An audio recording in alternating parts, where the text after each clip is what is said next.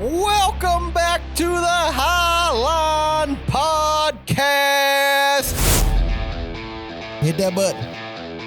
Yeah! Let's go! You can't do that. I can't get it right. Shut the f*** up and let me talk. I thought I was wrong once, but I was mistaken. You're only young, But you're gonna die. Proceed to party. Ooh, are you ready, Riley? What did he say? Go Tigers. That's incorrect. Go Cox. I think that might be the best one we've ever done. That was good. I like that.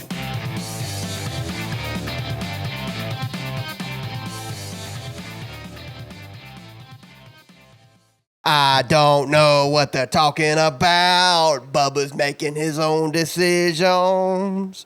This thing that he found ain't gonna bring him down. He's like a junkie without an addiction. Denny don't cry, he just wants to stay high. Like playing with danger and fear. Everybody's walking, but nobody's talking. It looks a lot better from here.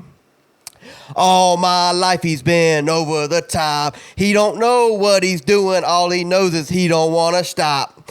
All fired up, he's gonna go till he drops. You're either in or in the way. Just ask Austin Hill. Austin Hill, don't make me. He don't want to stop.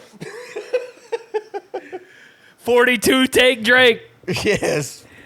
42 or 43 or something like that. All my life he's been That's over Ozzy, the baby. top. That's a banger. That's like his last good song. That's 2007. Yeah.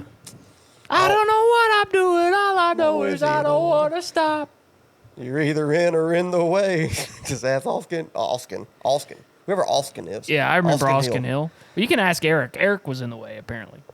Yes. I would have fit either Austin or Aric. Yes. Probably been easier to say Aric, but He was in the way. he was big time in the way.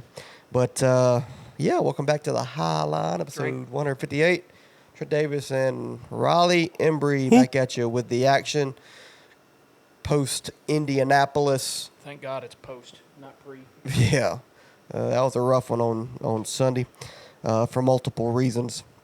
We'll get in that here in a minute. But, yeah, did my song. Shout out to Ozzy Osbourne. He passed away. Everybody passed away last week. Him, Hulk Hogan. I wanted a real American. I wanted to do Hulk Hogan's theme song, but I didn't. I Fight couldn't fit for the rights of every man. Yeah, it didn't really make sense to. No. I couldn't fit that in the. Fight for song. your freedoms. Fight for your rights. Yeah, so Banger. the guy from the Cosby Show died. I saw today that Dr.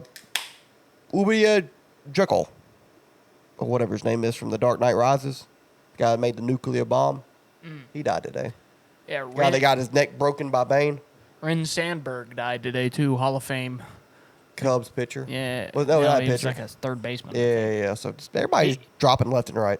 Shout out to I think it's Ryan actually is how you pronounce his name, but had the greatest quote of all time in his Hall of Fame speech. Who do you think you are? I am. Yeah, that's the greatest quote of all time at a bowling match. But That's the greatest quote of all time, period. who do you think you are? I am.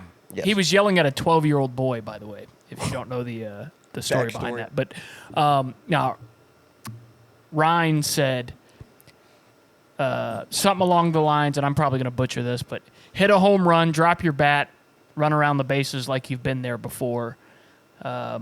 Pretty much saying act like you've been there before. And then he goes, there's some more in there, but then he says, the name on the front of the jersey is far more important than the name on the back, which is something that my dad used to always tell me. How many players you think these days think about that? None of them. The name Cubs was far more important than his name across the back of his jersey, and that's a quote that I've used in the past. So shout out to Ryan there, but yeah. Everybody's dropping like flies these days. Everybody's Probably because of this heat. yeah conking I'm out. But Ozzy was 152. wasn't that He old. weighs like 80. Which, to be fair, how many drugs he Yeah, probably did he back in the probably- day, it's probably yeah. good for that's And then a high end. Hulk Hogan was 71. 71 and drugs there too. Mm-hmm. So And the guy from he drowned, didn't he? Bill The Cosby Show, I think so. Yeah. So I think he's like in his mid 40s or something. yeah, but late 40s. yeah, that was not a natural death there. But Yeah. Yeah, just not to be morbid or anything, but any day above ground's a good one, and just Are you sure about that? Well, I'm starting to question it, how hot it is. it's pretty warm. At least you got air inside now. Yeah, I lost it Sunday. I didn't have air in or out. How'd my couch sleep? Awful. I slept like an hour. I slept like Well, shit. you were playing SpongeBob on my television at like max volume, so that might be why you didn't get any I sleep. did not have it at max volume. I didn't move the volume. I woke up to several times. I didn't move the volume for wherever you were watching it on that TV last. I never touched the volume controls. I was watching Ron White's stand-up comedy first, and then Tater salad. yeah, and then that ended, and I couldn't. I was like, oh fuck, I'll go to watch SpongeBob see if I can fall asleep to it. It didn't work. Damn shame. Then I about killed your dog. I do that about once a week. Yeah. The reason why I had to sleep on your couch is our AC went out probably about noon Sunday, but didn't really realize it until it got later in the day. Probably not noon, probably like 2 or 3 o'clock. In the afternoon while you're watching the race, started getting a little hot, a little hotter.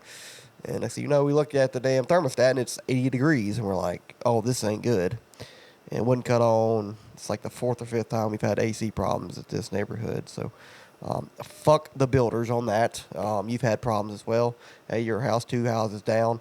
So, just a shit storm. And at the hottest day of the year, it's just awful. I mean, it got really hot in this house, and obviously my wife didn't want her sleeping in a air-conditioned-less house here on Sunday. So, sent her to a parent's with the animals, and then I went to your house to attempt to sleep on the couch. And just a rough weekend for me. I went down to my farm Saturday, and that was a long day. Checked on the trail cameras, and I think somebody's fucking with our trail cameras. Got some bucks, but nothing crazy to write home about. But yeah, and then I've been working all week. Only working 3 days this week. Took Thursday off. Thursday is my birthday, so not working on my birthday, at least not 4 days. So I only got one more day. It's filming this on a Tuesday night, so it's got one more day of work. Then I'm done for 8 days. I need it. Trying to catch up on some rest and everything, but yeah, I'm living. Yo. How are you? I'm doing all right. Pissed off at myself for some MLB The Show managerial decisions I've made. Trying to take my Rockies to the promised land. It's been a rough first couple years of that franchise mode, but we're making our way up there. Yeah. You know, I'm working tomorrow and Wednesday, so then I'll have the weekend off, so we can chillax and relax all cool and shoot some b-ball outside the school this weekend for your birthday. Shoot the b-ball. I was singing Fresh Prince theme song. Oh, I was like, man, we need to. but- Wait, not now. Yeah, it's a little warm. We'll but wait till fucking December Yeah. to do that. Pretty disappointed with some NASCAR stuff going on. Amen, so, brother. Racing's not been great past couple months, I would say. So, kind of upset about that. But the good news is, I think it's We on the come up. 4 Saturdays away from college football. So, Yes.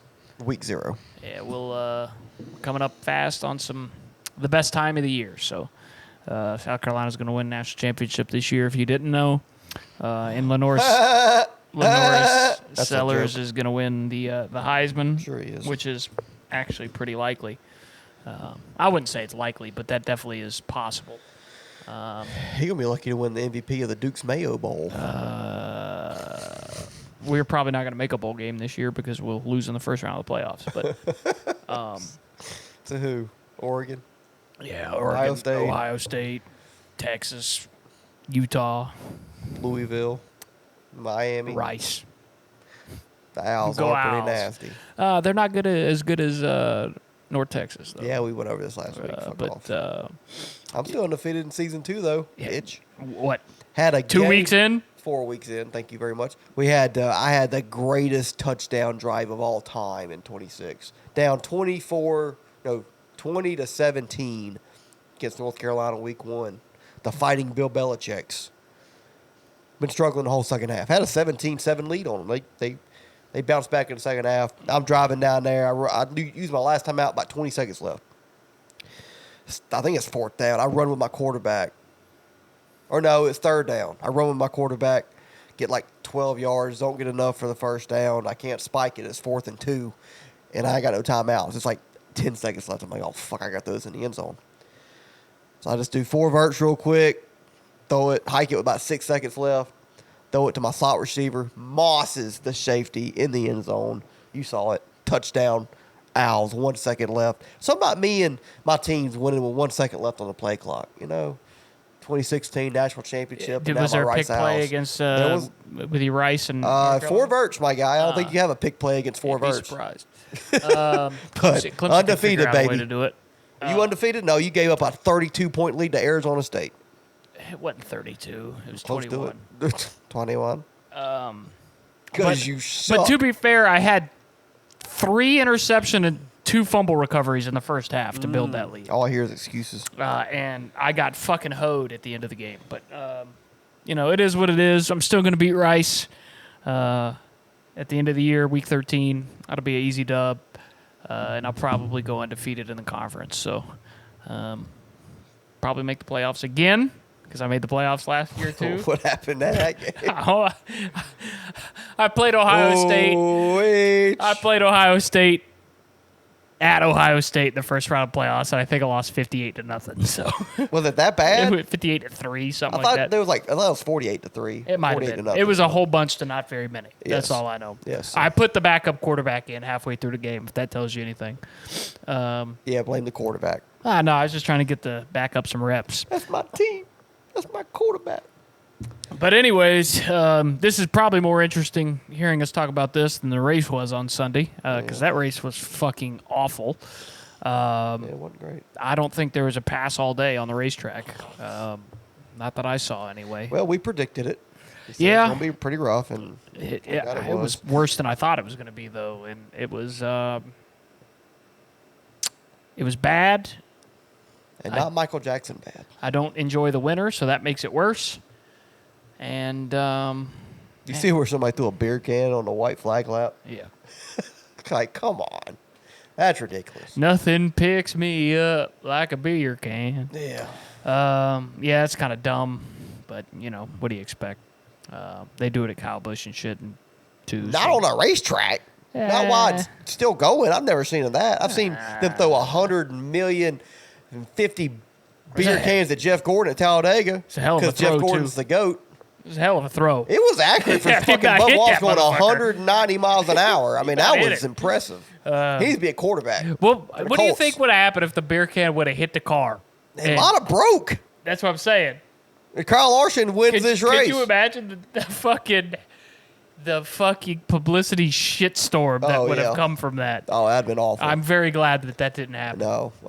Which NASCAR would have been definitely labeled as racist as a sport. The fans should never affect the outcome of a NASCAR race. I mean, you shouldn't even throw anything after the race either. Yeah. But if you don't throw something, rather you do it after the race than while the cars are still going. The only thing that I think you should be able to throw is in baseball. If you catch a home run from the opposite team, you should throw the ball back. What about in hockey with the hat trick shit? Well, I mean, that's not going to hurt anybody, Somebody's throwing fish and shit out there. Well, okay. Other than hockey, by a fucking other than traditional hockey stuff, big ass fin to your face, and you got a concussion. Yeah, well, you missing squids, you missing the Sharks game next Tuesday. Well, damn.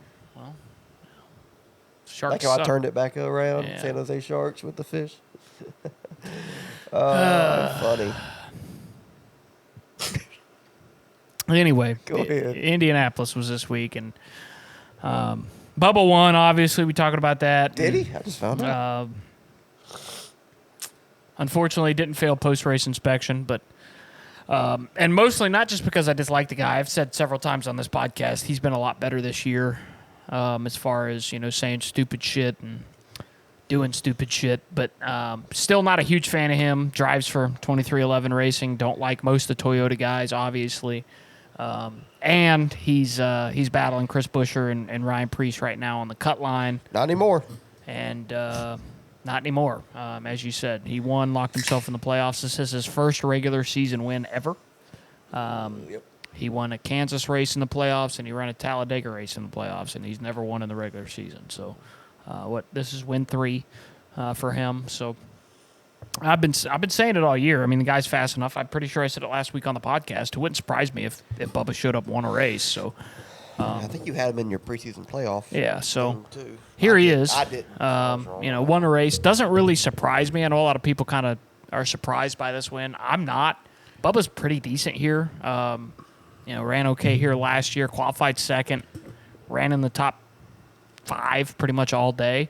And then his pit crew's historically pretty good too. So, good pit stop on that final pit stop and got out ahead and never looked back. I mean, and additionally, give credit where credit's due. I mean, I know it was difficult to pass and, all that, but, he had Kyle Larson for 2 restarts at the end of the race, hounding on him, and no mistakes made, good restarts, smooth starts, didn't do anything dumb, didn't throw it away, which Bubba has a tendency to do or had a tendency to do earlier in his career, give away good races, and didn't do it and beat one of the best in the world in the process. So, like I said, give credit where credit is due. Guy deserved to win the race and went out and did it. So, unfortunately, it just affects me negatively because of my guys and what I would like to see happen.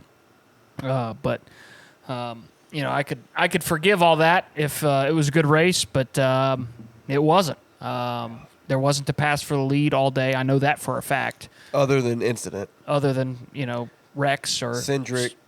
22 blew a tire. And Cindric did. So, two tires got blown from the leaders. Both Penske cars. At least I think Cindric was leading. He might have been second. He might have. He was up in the top 5. He was up. Yeah, he was up there. I know Joey was leading when he blew his. Yeah. Well, he was on the leading strategy. I don't think Blaney had pitted yet, so he wasn't leading the race. Quite Cindric or Joey? Joey. So he wasn't in first. He was just the leader. He was going to be the leader. Yeah, he was going to be the leader. Well, anyways, not a pass for the lead all day on the track, which it's not really surprising, but very disappointing. But even that, I mean, usually at most races where you have a guy, the leader dominate, you'll still have passing throughout the field. But it was, at least on the broadcast that I watched, I mean, you guys will correct me if I'm wrong, but I didn't see a ton throughout the field either, other than the few restarts that we had. You had a couple, movers and shakers throughout the, first couple laps of a restart, which you always do. But once it got single file, I mean, it was exactly that, single file. And it's unfortunate that you can't put on a good race at Indianapolis because, it's probably the most famous racetrack in America. And you would want the racing to be good here, and it's just not. And a lot of people consider this a crown jewel, but nobody's there to watch it. The TV ratings are probably going to be bad, and it's terrible racing. So Well, to be fair on nobody was there. It holds over 300,000 people. So that's true. It's going to look worse on TV than it should. But yeah, it's just because the Indy 500 is almost always sold out with 300,000 people there. Then a couple months later, you go to the NASCAR race, and there's only 100,000 there, a third full. That's still a lot of fucking people. That's true. It just looks bad. It would fill up almost every other track in NASCAR other than maybe Bristol, Daytona. I don't know how many Daytona holds, but Talladega, it's still a lot of people. It just doesn't look like it. But either way, I mean, it's unfortunate that track we can't figure out how to bring a package there to make the racing at least watchable, because that race was borderline unwatchable. I mean, it was tough. So is that the worst race of the year in your opinion? It's definitely the worst oval race, no question. And there are some road course races that were better than this. So it was, as far as ovals go, it's a 0. I mean, it's literally the worst. If you ever talk to somebody about NASCAR that doesn't like NASCAR and they tell you why they don't like NASCAR, it's because this is what they think NASCAR is. Yeah. Is what we saw Sunday. And if that was what NASCAR was every week, I fucking wouldn't watch it either. Because that's follow the leader bullshit, and air is so important. You can't pass. You can't get to the guy in front of you. And it's whoever comes out on the, with the lead on the final pit stop is going to win the race. And that's what we saw on Sunday. And that's not racing. And we can sit here and debate whether or not, Indy needs to be on the schedule or doesn't need to be on the schedule or whatever. But if it looks like that, we don't need to be here because that's rough. Yeah, you said about everything I wanted to say on it. It was a very tough watch. Indy's always been a tough track for the NASCAR guys to put on a good show. It's just it's a IndyCar track, holing through and through, and it proved it yet again. No matter what car we bring, it's never been a great track for NASCAR. But you'd hope it would be better than what we saw on Sunday because, like you said, it was one of the worst oval races I've seen in a very long time. The Texas races in years past was probably better than this. It's just the air was just so stupid. It controlled everything. You could have a 25th place car, and if you got the track position and you were, as long as you didn't make a big mistake, you were going to keep it. We saw, and when you did make a mistake and there's cars lined up behind you, you lost 3 or 4 positions because everybody's just so on top of each other and can't go nowhere that if you do make a mistake, you're really going to pay for it. But it's just frustrating. I remember earlier in the race, I think it was Eric Jones. I think he was trying to pass Bubba or something, and or maybe it had been somebody else, but he just went straight up into one when the guy in front of him just cut him off, and he just went straight up and lost a position to the guy behind him. Which, to be fair, is a car issue. It's not a track issue. But it was just so bad. I'm like, and it wasn't an egregious move by the guy, whoever was in front of Eric. Just turned into the corner. Yeah, and just kind of took his line away, which is fine. It's what you're supposed to do. But it just killed the 43's momentum, and it probably took him 5 laps to get back to where he was. And now he's a car behind, lost a position in the process. So, you had to have just a huge run off a corner and just hope you can, clear them going into the next corner, or else, you're going to side draft each other and might wreck or take the air off you, take the air off him, and then just lose a whole bunch of speed from the car in front and let the other cars behind you catch you. So it's just frustrating. It's like the 550 package all over again. Just couldn't pass, couldn't go nowhere. And again, the winner, end of the day, I don't cheer for Bubba, don't really like him, but he's done better the past year or two. But obviously it hurts my playoffs with Chris. And I want Chris to make it. And, with Bubba winning, another winner, now Chris is on the cut line. So if we get another new winner and it's not Chris, he's going to be out unless he jumps Bowman, which is still a possibility. But puts a lot of pressure on Chris and that 17 team to get a race win, which I think they can these next 4 weeks. But we're running out of damn time, and he's going to probably need to win a race or at least jump Alex to make the playoffs. I don't think where he's at right now will be safe. I think somebody new will win if it's not him. So that sucks for me. But Bubba did a great job all day, like you said. Beat the best in the business, especially at Indy. On 2 restarts, held them off, and did a great job. And he deserves to win this race, and he deserves to make the playoffs. And we'll see how it goes from here with him and that team. They started off good, cooled down in the early part of the summer. They've been heating it back up here recently, and obviously this win, fixes all their problems. So see how it goes on the 23 team. But another Toyota winning. It's unfortunate.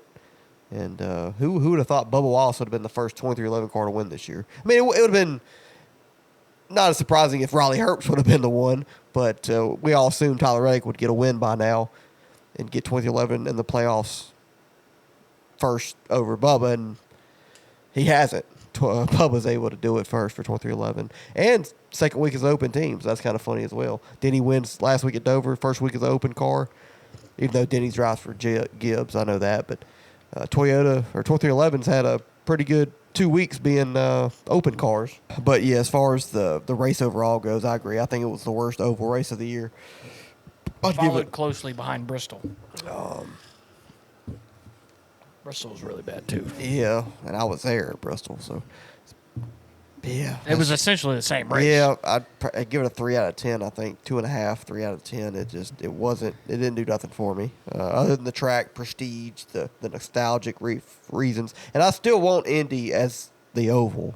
I don't want us to go back to the road course. I want them to race at IRP. But that's fine. I mean, I like us racing at Indy just because it's a big track and it's in the United States. We probably need to race there, but we got to figure out a way to make this a better race because we've never had a banger race at Indy that I can remember. It's always been really hard to pass. It's never been, like I said, it's an IndyCar track, so we got to find a way to make these cars a little bit easier to pass at this track. I don't know what they do in that situation. I think maybe they try to go to, like what you were saying, high downforce and high drag, try to get like huge runs on each other. Here? Yeah. I think they should take all the downforce out of the cars. Or opposite, I guess. And give them 1,400 horse and say, go get it. That way they have that to ain't going to happen. Way they slow way down in the corners to the point that aerodynamics don't even matter. Yeah, good luck with that. That's why racing was so good back in the 70s, 80s, and 90s, because they didn't have any fucking downforce. They had all this goddamn horsepower. They'd scream eagle straight down the straightaways and have to stop in the corners. Yeah, that's fair. But it ain't going to happen. Nope. You know who did stop in a corner? Well, Aric Almirola. Yeah, Eric did. And, well, it was kind of on a short shoot, but Well, he stopped in the middle of a corner and hit a brick wall. yeah. Well, not a brick wall, but he hit a wall like a ton of Concrete. bricks. At the yard of bricks. Yeah. And who did that? Bobby Hill. Bobby. Interesting name. Changed his name. I don't blame him if he changed his name. From King my of the Hill? favorite driver of all time, Austin Hill. Just deliberately right hooks Aric Almirola at one of the faster tracks in NASCAR because he got a little bump and run action. I don't even think he touched him. I've got a rant for this, by the way, but you get yours out of the way first. On what? On this whole situation. Okay. So, yeah, battling for, I think, close in the top 5, maybe top 10. I don't remember. I didn't get to see much of the race on Saturday. I was at my farm, so I missed most of the race. From what I saw, Aric was faster than Austin. Austin had some nose damage, and Aric kind of just gives him a little bumper, gets him a little bit loose. Out of 3, going into 4, Aric gets on the inside of Austin. Austin does a great job saving the car, but then he just deliberately turns left and dumps Aric in the middle of the corner at a sharp angle. Obviously, we knew what happened at the moment. Austin comes on the radio, "Oh, man, my bad. I was still trying to correct it, but my fault." Which, to be fair, the right thing to say in that situation. Yes. Because But then here in about 2 minutes later, when he's on pit road, because NASCAR Fuck NASCAR. black flags him for 5 laps, he which goes, again that's the opposite thing to do there. might be true though. Might be true. NASCAR does make some stupid fucking. They do, but they got this one right. This one right, but that is he said, "Fuck, that is fucking bullshit. Fuck NASCAR," or something like that over the radio. Which is the same thing you would say in that situation. If I And hook me. somebody, I've seen you iRace. I've never hooked I'm gonna wreck this motherfucker if he blocks me one more time. and I never do it Because like you're you too said. slow to get back to him. Oh yeah, that's what it is. No, I do what Aric did. I give him the bump and run, and if I give him the virtual finger out the window as I pass him. That should be an option That on should be the iRacing. virtual finger. Come on, Hold iRacing. B to flip off old dude. Fuck you, kid. But yeah, clearly what he did, and obviously Aric was like, "Yeah, he turned me on purpose." Austin Hill didn't say nothing after the race. He declined media availability. Richard Childress gets on there. It's like, "Oh well, they shouldn't penalize, suspend Austin." I got the quote. The This is. okay, go ahead I got then. a rant about Okay. this. All right. well, okay, yeah, go ahead. That's fine. Because never mind. Go. Yeah, we'll get into Finish it. yours if you got to. No, I'm just saying today they did suspend Austin They Hill. did. They a did. race, Suspended which is him the for right a race. decision. Yes. All right. So Do I understand Austin Hill being upset about being, in his mind, moved by Aric Almirola? I get it. Nobody wants the bump and run to happen to him. Nobody wants to be driven what they perceive as dirty. Do I understand the frustration? Yes. I do want to give credit to Austin Hill. That was a hell of a save. I mean, drove the fuck out of that car to save that car. With damage. A lot of people would have wrecked that car. A lot of Cup drivers would have wrecked that car. Austin Hill saved it, so kudos for that. However, he overreacted a little bit, to say the very least. And instead of us talking about what a great save and a good rebound after having damage, and good way to battle through the day, Austin Hill getting a 10th place finish out of the day. Instead of us talking about that, we're talking about Austin Hill not racing at Iowa this weekend. And we're talking about him losing all of his playoff points and losing the opportunity to, build points this weekend at Iowa. And we're talking about Richard Childress and Richard Childress Racing. And this is where my rant's going to come in, because Richard Childress Racing said some stuff that was true. All right? And I'll give you the quote. All right, I think it was... who was it? Austin Cindric. No, was it fucking the guy that asked him the question? Dustin Long. Was it Dustin Long? Probably. All right, Dustin Long or whoever it was asked him, Is this off The Athletic? No, it was, I think it was Jordan Bianchi. Was it Jordan? It might have been Jordan. But I could be wrong on that, but I think it was Jordan that asked him. One of them boys. It wasn't Bob Pockers. Yeah, it was one of the big guys in NASCAR reporting, not Bob Pockers. Front stretch. But anyways... he asked him pretty much, what do you got to say about this? This was after Austin Hill wrecked him, obviously, and was penalized, the 5 laps during the race on Saturday, walking through the garage. RC was asked this question, what are you going to say? Richard Childress says, I ain't going to say nothing, because I'll be in bigger trouble than I already am with NASCAR, period. And then they asked if they should suspend or do anything to Austin based on this, and Childress says, hell no. They didn't do a damn thing to the number 2 car, speaking about Austin Cindric. He wrecked Ty Dillon and admitted to it, drove him in the right rear and wrecked him at COTA. It's who you are. We're a blue-collar team. They give us trouble all the time. So, again, give credit where credit's due. He says some of that is right. I was a proponent of Austin Cindric getting suspended. I was too. Yeah. They did not do a damn thing to the number 2 car, Austin Cindric, when he wrecked Ty. 100% correct. They didn't. They should have suspended Austin Cindric at COTA. So you are correct, RC, on that. Yes. However. The rest of it. However. Your guy just did worse than what Cindric did. Attempted manslaughter. And you're not a blue-collar team, number one. There's no such thing as blue-collar teams in top-flight NASCAR motorsports. They don't exist. Maybe they do. Maybe it's Jeremy Clements. Maybe he is. Maybe he's a blue-collar guy. We might be able to say that Ryan Sieg Racing is a blue-collar operation. Maybe. What's the team that Brendan Poole drives for? Them. Well, whoever they are. Yeah. Alpha Prime. Maybe they're blue collar. Maybe you could say Jordan Joey Anderson. Gase Motorsports Jordan Anderson. is Jordan Anderson. The guys that run 25th every week, yeah, we could probably say they're a blue collar operation. Got 6 full-time employees. But we're not talking about Richard Childress Racing as a blue collar operation when they got fucking 6 Cup championships. 7. 6. Yeah, you're right.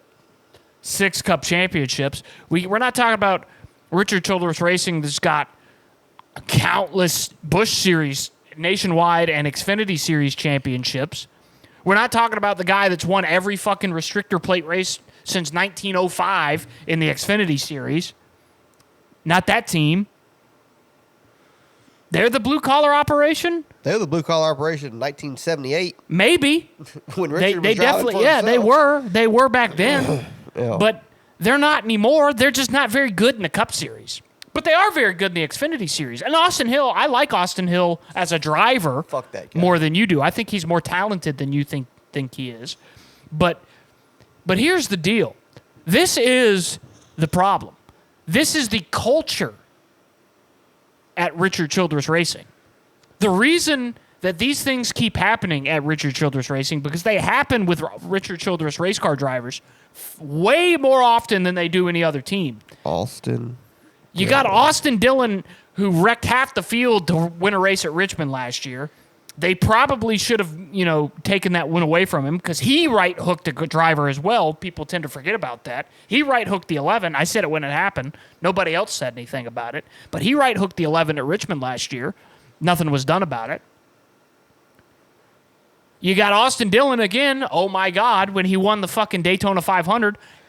Big surprise, Aric fucking Almirola tried to kill him. Same fucking guy, same victim. Well, he just kind of ran. No, he just tried. He ran through him. He wrecked him. Yes, he ran through him. He meant to turn him into the fence. He did it. Won the Daytona 500 doing it. He rattled his cage. You got Austin Hill punching everybody in the face, running through people. Martinsville dive bombing into fucking 4 cars. Doing crazy shit in the Xfinity Series. He wrecking Cole Custer under caution at Charlotte last year. Good job. The reason that these things continue to happen at Richard Childress Racing is because Richard Childress allows it. And because that's the type of driver that Richard Childress wants you to be, because that's the type of person he is. And then when they get any type of pushback from any other organization, they're screaming the victim. I'll say this. Even in their own team. Sheldon Creed a couple years ago at Martinsville just shit on their own driver when he didn't do nothing egregious to Austin Hill at that race. I'll respect RC for having his drivers back. I'll respect that. That's your guy. I'm going to stick with him through thick and thin. However, you have to have enough wherewithal or wherewithal. Yeah, wherewithal. To look yourself in the mirror and say, hey, I might be doing something, detrimental here by running my organization this way. My guys can't continuously be put in these situations and think it's okay because I'm giving him the appearance that it's going to be okay. And that's the biggest issue. And it's never going to change because RC's been, if you watch the Earnhardt documentary, while fucking Richard Childress Racing was still essentially in its infancy, he did an interview saying, if everybody fucking hates us, it is what it is, and we have to fucking wreck somebody or beat their ass, it is what it is. We're going to do it. And as you get older, you get more stuck in your ways. And you're stuck in your ways, yeah. So Richard Childress Racing is probably my least favorite organization in Cup Series because I really just don't like Richard Childress. And he's the figurehead, he's the Jerry Jones of NASCAR. He's what Eric he's that guy, right? And everybody in his organization is empowered to act like a jackass because he acts like a jackass. Everybody in NASCAR, everybody on his team is empowered to say the stupid shit because he says the stupid shit.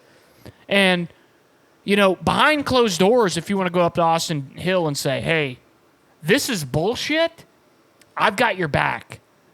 I'm not going to let them, we're going to appeal the suspension if it happens. We're going to fight this. We're going to have your back. We're going to do what it is, but don't do that shit. But you can't do this, right?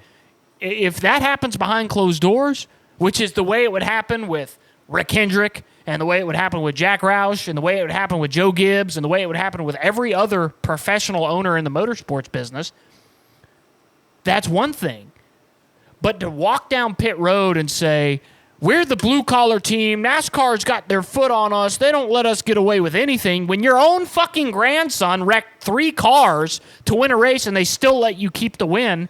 Didn't let them in the playoffs. Granted, they didn't let you in the playoffs, but that should give you an idea that they're trying to throw you a bone, right?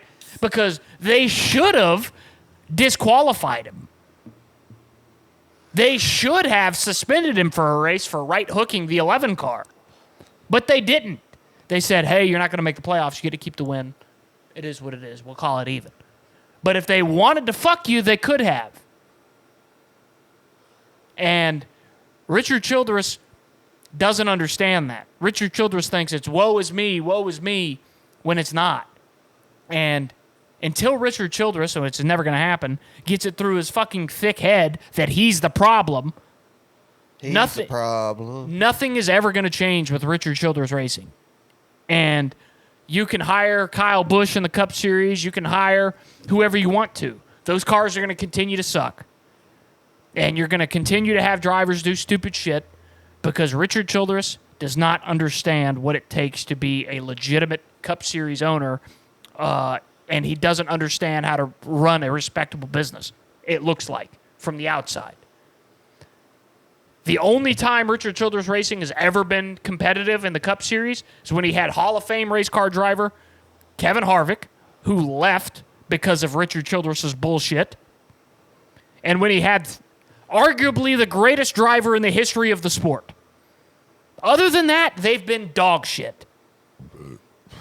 Those are the two guys in the history of Richard Childress Racing that have been worth anything. And they both have fucking over 70 wins, over 60 wins, however many Kevin has. I think he has 60. And 60. Multiple championships. One of them's the greatest of all time. Hell yeah, Thunder. That's all they've got. And the reason that's all they've got is because those two overcame Richard's bullshit. They weren't helped by him. And I say it more for Harvick more than I do Dale. I think Richard was... Dale could have won a fucking... He was doing fine. He won a championship without him. That's fair. Kevin won a champion... Both of his champ... Well, he's only got one. Yeah, he's only got one. Won his championship without him. Won most of his races without him. Or at least half of them. Yeah, he only had like 20-something, I think. So, like, sure, we can have that argument with Dale. You know, Dale and Richard were, you know, Yeah, I think... two-car tango type deal there. Yeah. But, you know, when you've been around NASCAR for 30 years and you've got two drivers that you can point to as successes, and one of them's the greatest of all time, and one of them did most of his winning on another team, Look yourselves in the mirror. I think you can look yourself in the mirror and say, maybe I'm the problem. And I think Richard's the problem. Yeah, well said. He said everything I wanted to say about the Richard Childress thing. The Austin Hill thing, he's been doing this, not to this extent, but he's been doing this for years. That's why I don't like him. He's a bully, thinks he can get away with anything. He ruffles some feathers against other people, but when somebody does it to him, he has an extreme problem with it. And he lost his head. And at a track where you can't do that. You know, Aric Almirola has already sustained a back injury before. He's already broke his back one time. And he could have, older age, could have definitely broke his back again or worse in that wreck there. And, you know, I didn't defend one of my favorite drivers in Chase Elliott a couple years ago at Charlotte. You damn well, you know I ain't going to defend Austin Hill, the guy that I probably can't stand the most in NASCAR, period. That goes for anybody in NASCAR. I can't stand the guy. And he's got maybe one win in the Xfinity Series that's not a super speedway, and that's Homestead last year, or well, I guess Martinsville this year. But I mean, fucking, I could have won in my damn Ford Ranger if I'd have restarted on the seventh on that last couple of restarts. But so yeah, not saying Austin Hill's not a talented driver, but he's doing things reminiscent of Ty Gibbs. And Ty Gibbs never right-hooked anybody when he was in the Xfinity Series, winning races at actual real tracks, or not real tracks, but more tracks than super speedway tracks like Austin does. So, yeah, unacceptable. I would have been fine with 2 race suspension or something like that, but he does lose all his playoff points. He had the third most playoff points, I believe, before the suspension. I agree with NASCAR, like I said. And they did something on Saturday, and they did something in the race, which is what I've been preaching. And I know NASCAR wants to be safe. Well, if he didn't mean to do it on purpose, he should have parked them, to be honest. Yeah. But 5 laps was only like... I'll take it. Yeah, I'll take it. But they should have parked them. Yes. But I like to do something on Saturday and Sunday, and Tuesday, whenever the penalty report comes out, which I think it's Tuesday.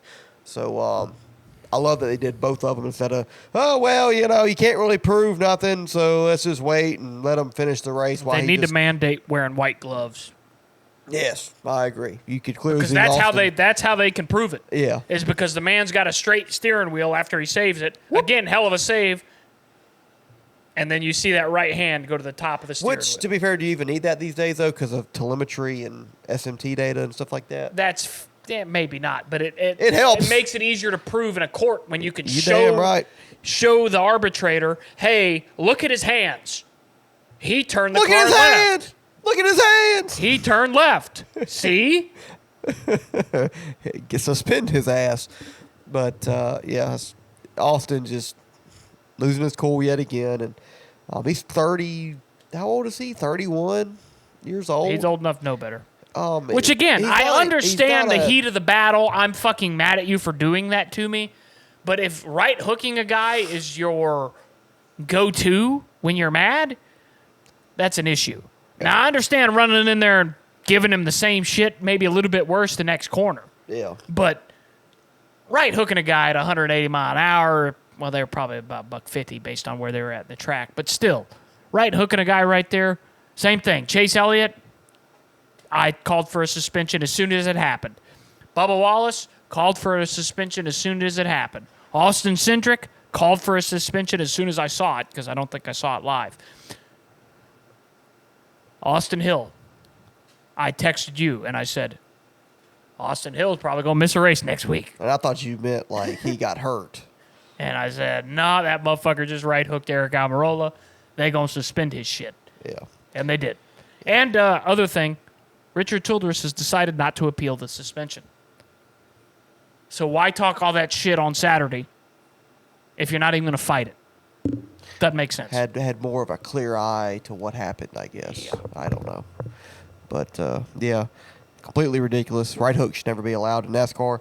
And I'm with the party of, I don't care if you're doing that at Martinsville or Pocono going into turn one. It never should be acceptable to right hook, left hook, center hook, bottom hook. I don't give a shit what type of hook it is. It should never be acceptable in NASCAR. And I stand by that. All right. Well, we talked about it in RTT last week in a small context, but NASCAR was going to San Diego, but we didn't know in what way. Last week we found that information out. They're racing at a Naval Base in San Diego. Had a cool trailer, I guess, for it with Chase Elliott, Chase Briscoe, Joey Logano, Noah Gragson, William Byron, Carson Hocevar, I believe. And it's like a 3-minute video if you ain't seen it. You've probably seen it by now, but if you haven't seen it, check it out on YouTube, on NASCAR's channel. Really awesome. I love Chase Elliott doing that stuff. He's the most popular driver, and I've been begging for him to do that stuff. To get in commercials, get involved in NASCAR, and helping the sport grow, and he finally did. And he did a good job. He's pretty good. All of them are really good doing that commercial or video for the street race next year. So my initial thoughts from it, I think it's going to be cool. It's going to be different.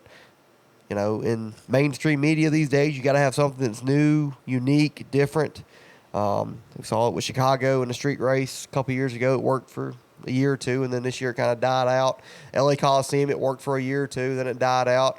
Yeah, let's do this to San Diego, same thing. Let's do it for a year or two, and then it'll probably die out. Let's go somewhere else. Let's go to, New York or, Houston or I don't know, just a big city or a cool little place. Do it in Hawaii. Do it on a fucking aircraft carrier. My dad suggested that. Do it on an aircraft carrier. I thought it'd be fucking amazing. Just fucking no nets either. Just you go off the fucking course, you're fucking in the water. That's not going to happen, but it'd be funny. But yeah, I like the idea of it, and it's better than another Chicago race. It's probably better than another Richmond race, even though I like Richmond more as a track, but the way this car is, it doesn't put on great racing at Richmond. So So I'm good with it. Hope it works. I think it's going to be a cool scene, and that's what these street races are all about. It just looks cool, the glamour of it more than the racing aspect, and I'm okay with it for a couple times a year like that if it's the racing itself. But I think the racing itself will be good. It's a different track. These guys will not have any practice time until they come out there, sim time until they like real sim time until they go out there on the track and practice that Friday on Father's Day weekend. And see how the track goes, and that's going to create a lot of parity and a lot of mistakes and some good racing because not all the drivers can do the exact same thing because it's a new track, new course, you're not comfortable with it.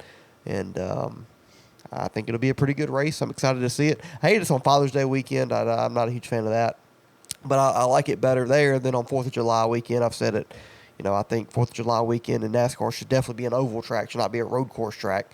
I don't care what city you host it in. It needs to be a big time oval race like it used to be back at Daytona back for years and years. And you suggested, and I agree with you, Atlanta next year should be the 4th of July race. I think that's a perfect spot for it, considering how good the racing is in Atlanta, and it's in the South. NASCAR's grassroots.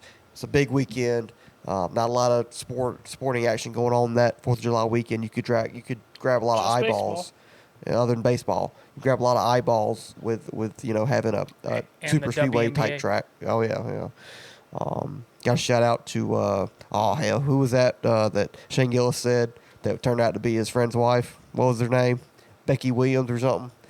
So shout out Becky Williams, 4-time all. That's my friend's wife. That's my friend's wife. I knew you guys didn't know anything about the WNBA. That was funny, but I'm looking forward to it. We'll see how it goes.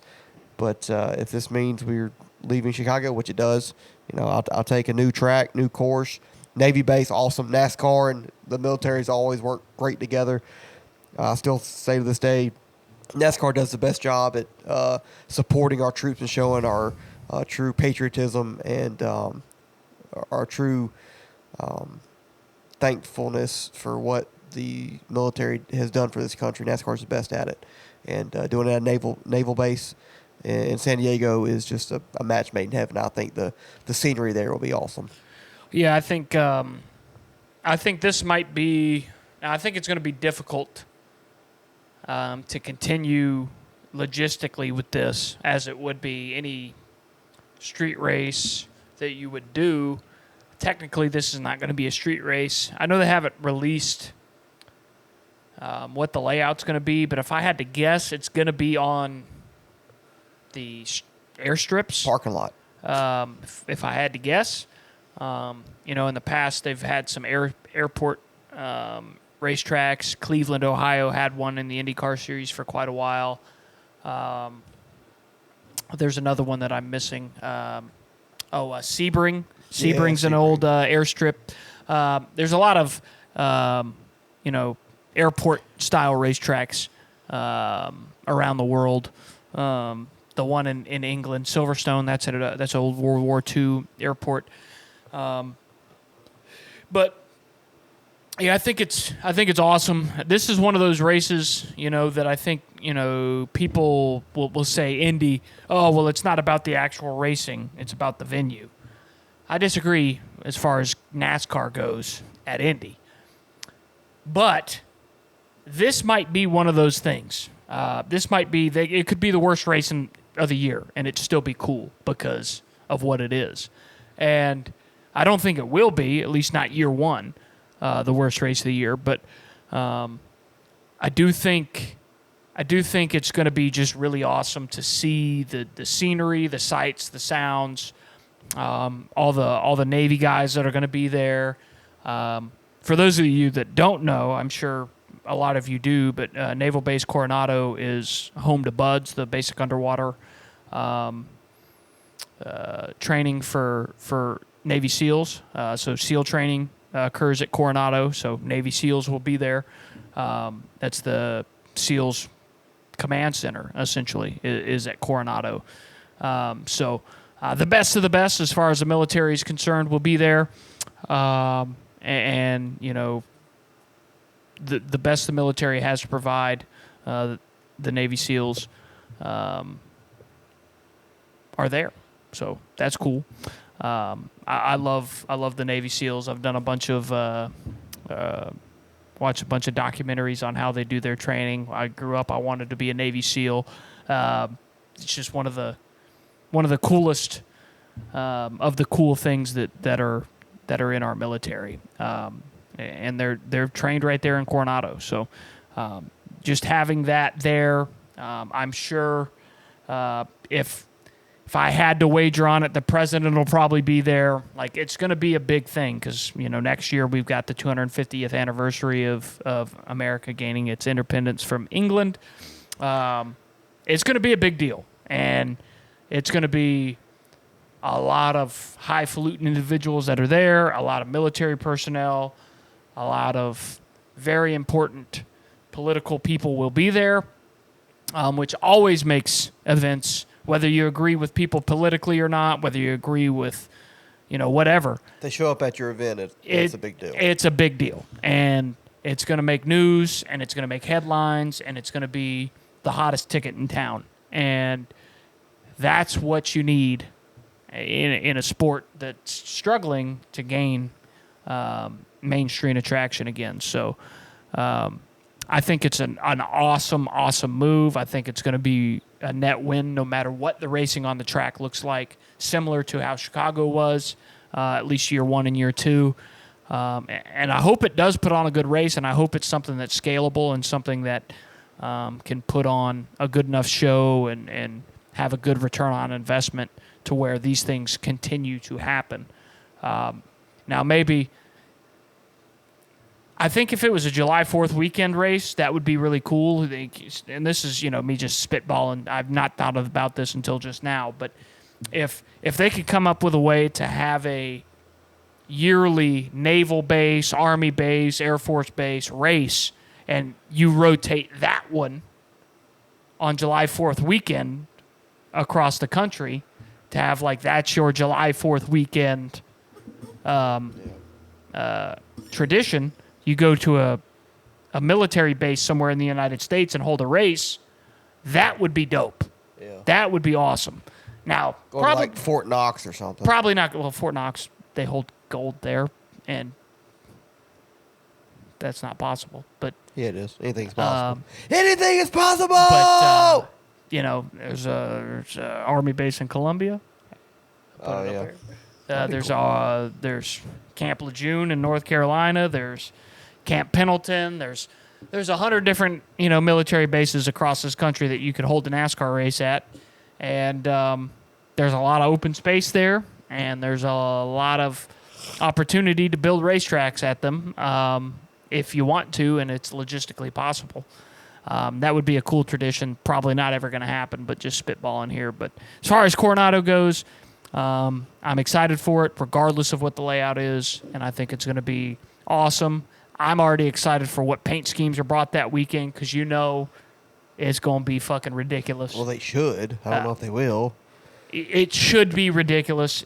Maybe not everybody, but a lot of teams are going to, build submarines. Guaranteed it's going to be on the 6 car that weekend. Build submarines, yeah.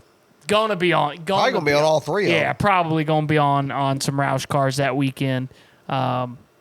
It's been a while since you've seen a Navy sponsor in NASCAR. Wouldn't surprise me if you saw one that weekend. Yeah. Air Force, National Guard, these are all companies. Legacy. That's legacy. We used to have all of the military branches sponsoring cars. You think back to the one Army cars. The 01. Yeah, you think back to the 43 Air Force cars. You think back to the 88 Navy. in the Xfinity series anyway. National Guard 88. Navy. National Guard 16, Greg Biffle. Yep. The Navy 14 in the Xfinity series. Yeah. With what's his face? That guy. God damn it. I always forget his name. But Casey Atwood. Yeah, but like you said, NASCAR does a really good job showing its patriotism. The Cook 600 weekend, Memorial Day weekend, is one of my favorite traditions in the sport. With all the military personnel that are around that weekend at the racetrack, and I think that's going to be turned up to 10 at Naval Base Coronado. So can't wait for it. I'm really excited. I agree. hit that button for RTT. RTT. Ripping the topics.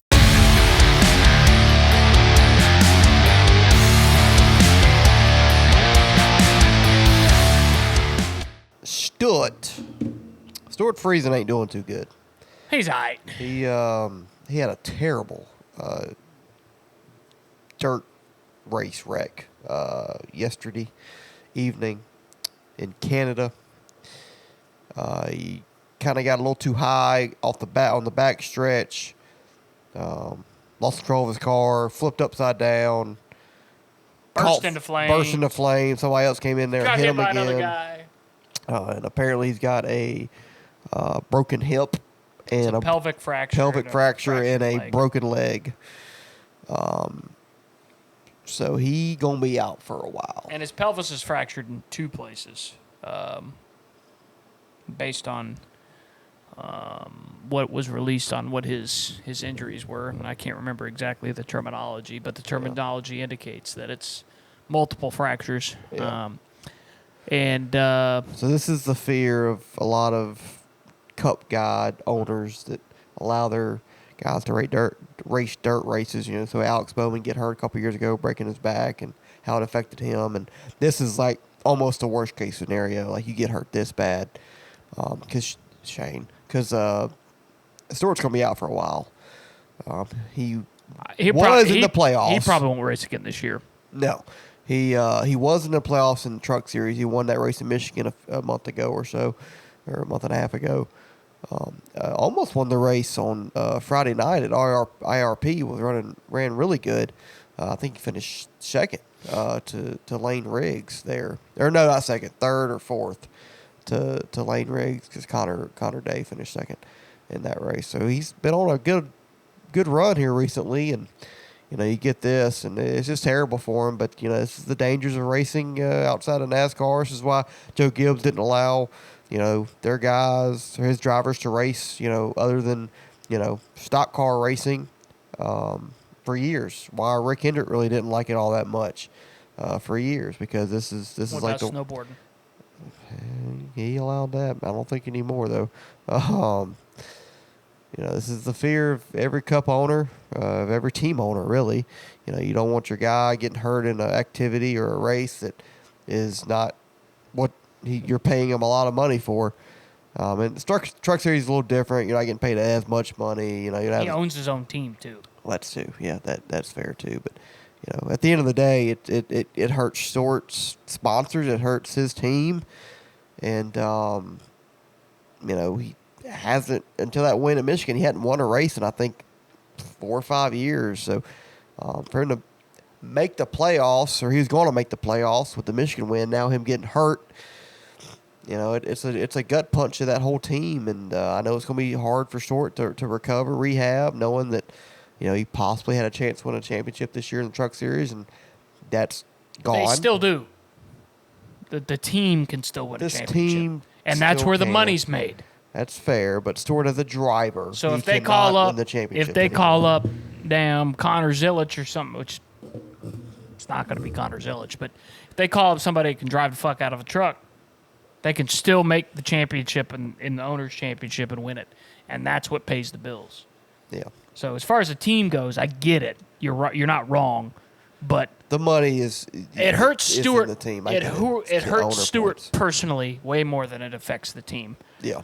Because he's a race car driver and he wants to fucking drive, and he's been on a roll here recently. Yeah, he's been doing very well. But but real quick, I'll end on this. It's just, I don't want the drivers to necessarily stop what they're doing outside of their main job on Fridays, Saturdays, or Sundays. But I hate to see it. It happens, but we've seen it far too much recently, as far as guys getting hurt in NASCAR outside of the car in other series. So I don't know what we can do to fix that, really. It's just it's part of it. Maybe we've gotten a little too lenient. I don't think we have in NASCAR, but when stuff like this happens, you start to wonder if NASCAR needs to get more, the teams, owners need to get more strict on what they allow their drivers to do on their off time. I don't want that to happen, but this has a this goes in the case of or side for let's limit these drivers to, only racing in NASCAR. Yeah, I disagree.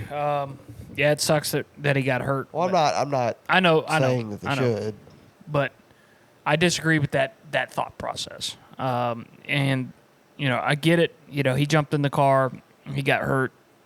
Kind of a freak deal. It happens. Seems like one or two guys a year, end up getting hurt from, dirt track racing. But the way I look at it is, Stewart Friesen's a grown-ass man, right? And especially with him owning his own team, if he wants to go dirt racing, let him go dirt racing. And if he gets hurt, he knew the risk getting into it. And,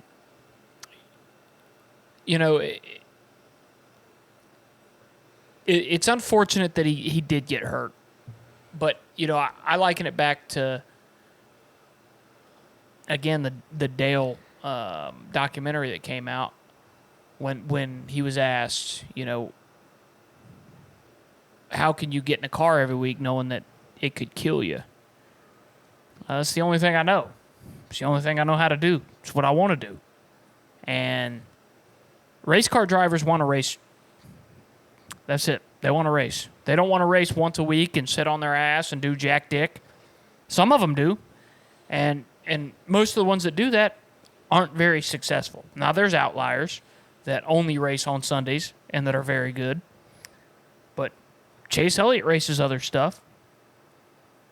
Kyle Larson races other stuff. Christopher Bell, William Byron. Bubba Wallace drives Legends cars.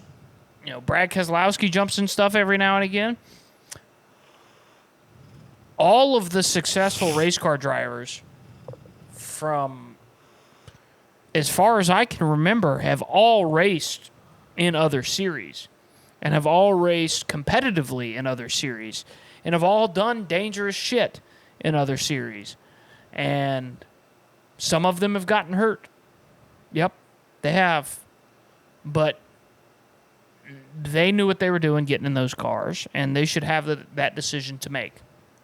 As far as Stewart goes, it's unfortunate that this happened to him.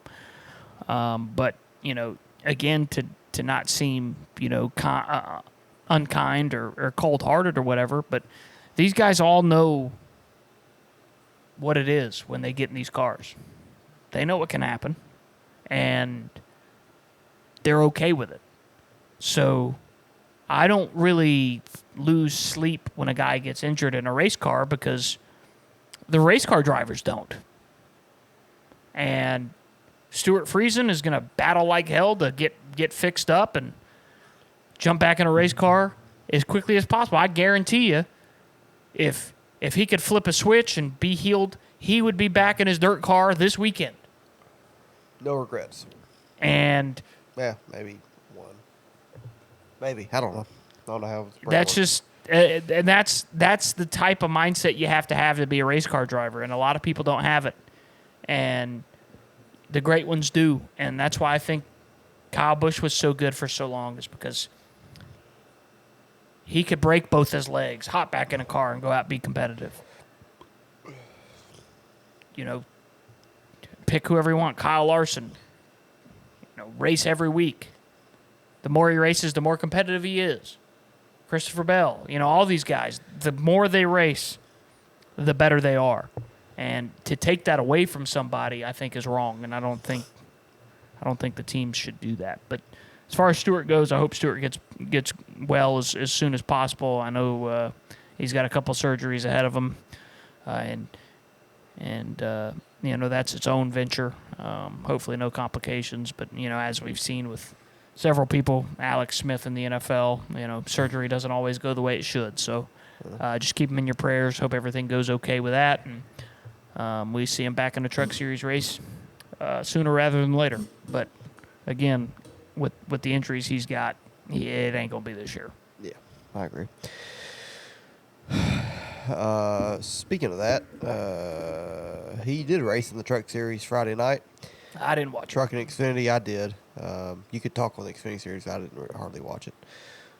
Truck Series on Friday night, Lane Riggs pretty much dominated from start to finish.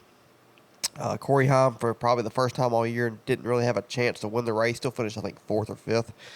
But definitely did not have the best truck, not even a top 3 truck. So, Lane Riggs, he's a great short track racer. That's what he's known for, and he put it on him. Corey, I shot Corey Day, running second. That's pretty impressive. Had a long green flag run towards the end of the race, and he went from, I think, 8th or 9th back up to second. And he was catching Lane there for a minute, probably lap traffic. Lane was saving stuff. Lane was clearly the better car or truck, but Corey did a great job. Didn't have too many incidents. Had one guy, I think, blow a tire, hit the wall hard. I forgot who it was. But pretty clean racing throughout the field for the most part. Had some cautions here and there, but it was a solid truck race. IRP. That's it's my favorite underrated track in NASCAR. I love IRP. I think it's an awesome track. I think the truck and Xfinity Series should definitely race there. Cup Series, I would still like them to still race at the big track at Indy because it's just it gets more eyeballs on it if you race there than on a short track at IRP. But IRP, as far as stock car racing goes, is a better track than Indianapolis Motor Speedway. So I love IRP. I wish the Xfinity Series was still racing there, but for everything we got, kind of a dominating race winner. It was still a decent race. Nothing crazy happened. Just a solid race and a butt whooping pretty much by Lane Riggs at the end. But he deserved to win the race, and he did. Didn't get a late race caution. Didn't get a whole bunch of overtime restarts, a whole bunch of wrecks. So I thought it was a solid race, and a deserving winner with Lane getting the second win of the year. He's the only real competition I see, even though the championship format anything can happen. But Lane Riggs is the only guy that I could see going toe-to-toe with Corey Haim in the playoffs as far as speed goes week in and week out. He just got to execute more, get maybe one win more before the playoffs, get closer to Corey, make sure he gets into the Final Four. And if he gets into the Final Four, that'll be Corey's steepest competition when we get to Phoenix in November. Yeah, as far as the race on Saturday goes, kind of similar to Sunday. Wasn't a great race. It wasn't as bad as Sunday's. Kind of dominated by Hendrick Motorsports, which are not Hendrick. Yeah, they were essentially, well, they were. Well, yeah, with Larson. They were, but dominated by Junior Motorsports. The 7 car was the best car. Which, you know how that worked? Because Larson was supposed to call the race on Saturday with Adam and I think Jamie. That was Jamie. It was Parker, too. They had all 3 of them up there. Because Kyle Larson was supposed to be the special guest. They didn't say anything about it during the broadcast. Okay, so I guess they just kind of Hendrick decided to let's let Larson race. Maybe, I don't know, or maybe somebody. Because I remember seeing that when they started that little driver special guest, when they took Parker out a lot. There was a lot of Jamie and Adam with different drivers like Denny last week and Christopher Bell the week before and AJ and stuff like that. Yeah. Cal Larson was supposed to call the race with them on Saturday. Yeah, I don't know. But Kyle Larson was decent on Saturday. The 7 car was the best car. And there wasn't a ton to speak about, kind of a regular Indy race. The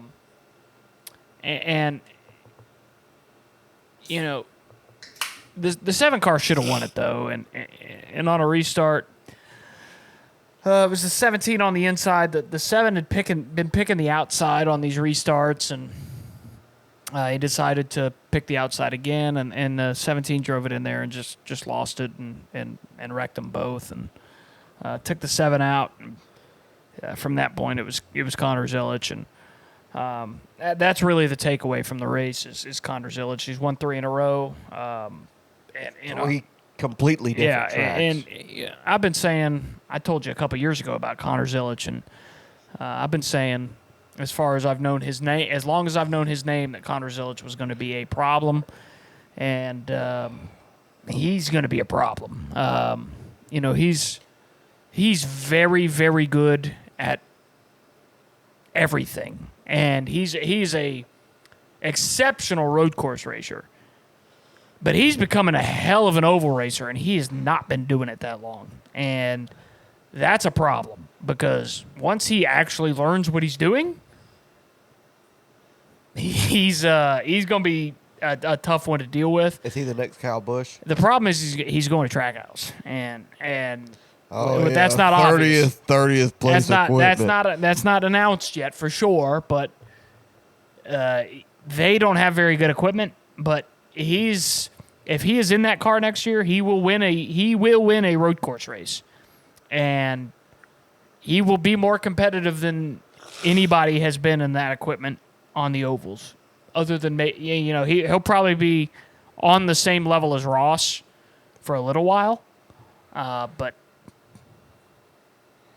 sooner rather than later, he's going to be the best driver every weekend for that team. That's calm down. I've got super high expectations for Connor Zilisch, and don't fall into the Ty Gibbs trap. Yeah, that's fair.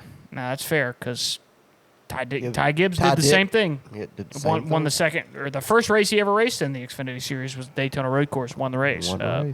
That's what Connor did at Watkins Glen last year. So same kind of story. Could be the you're fair, but I've got a feeling about Connor that I like Connor.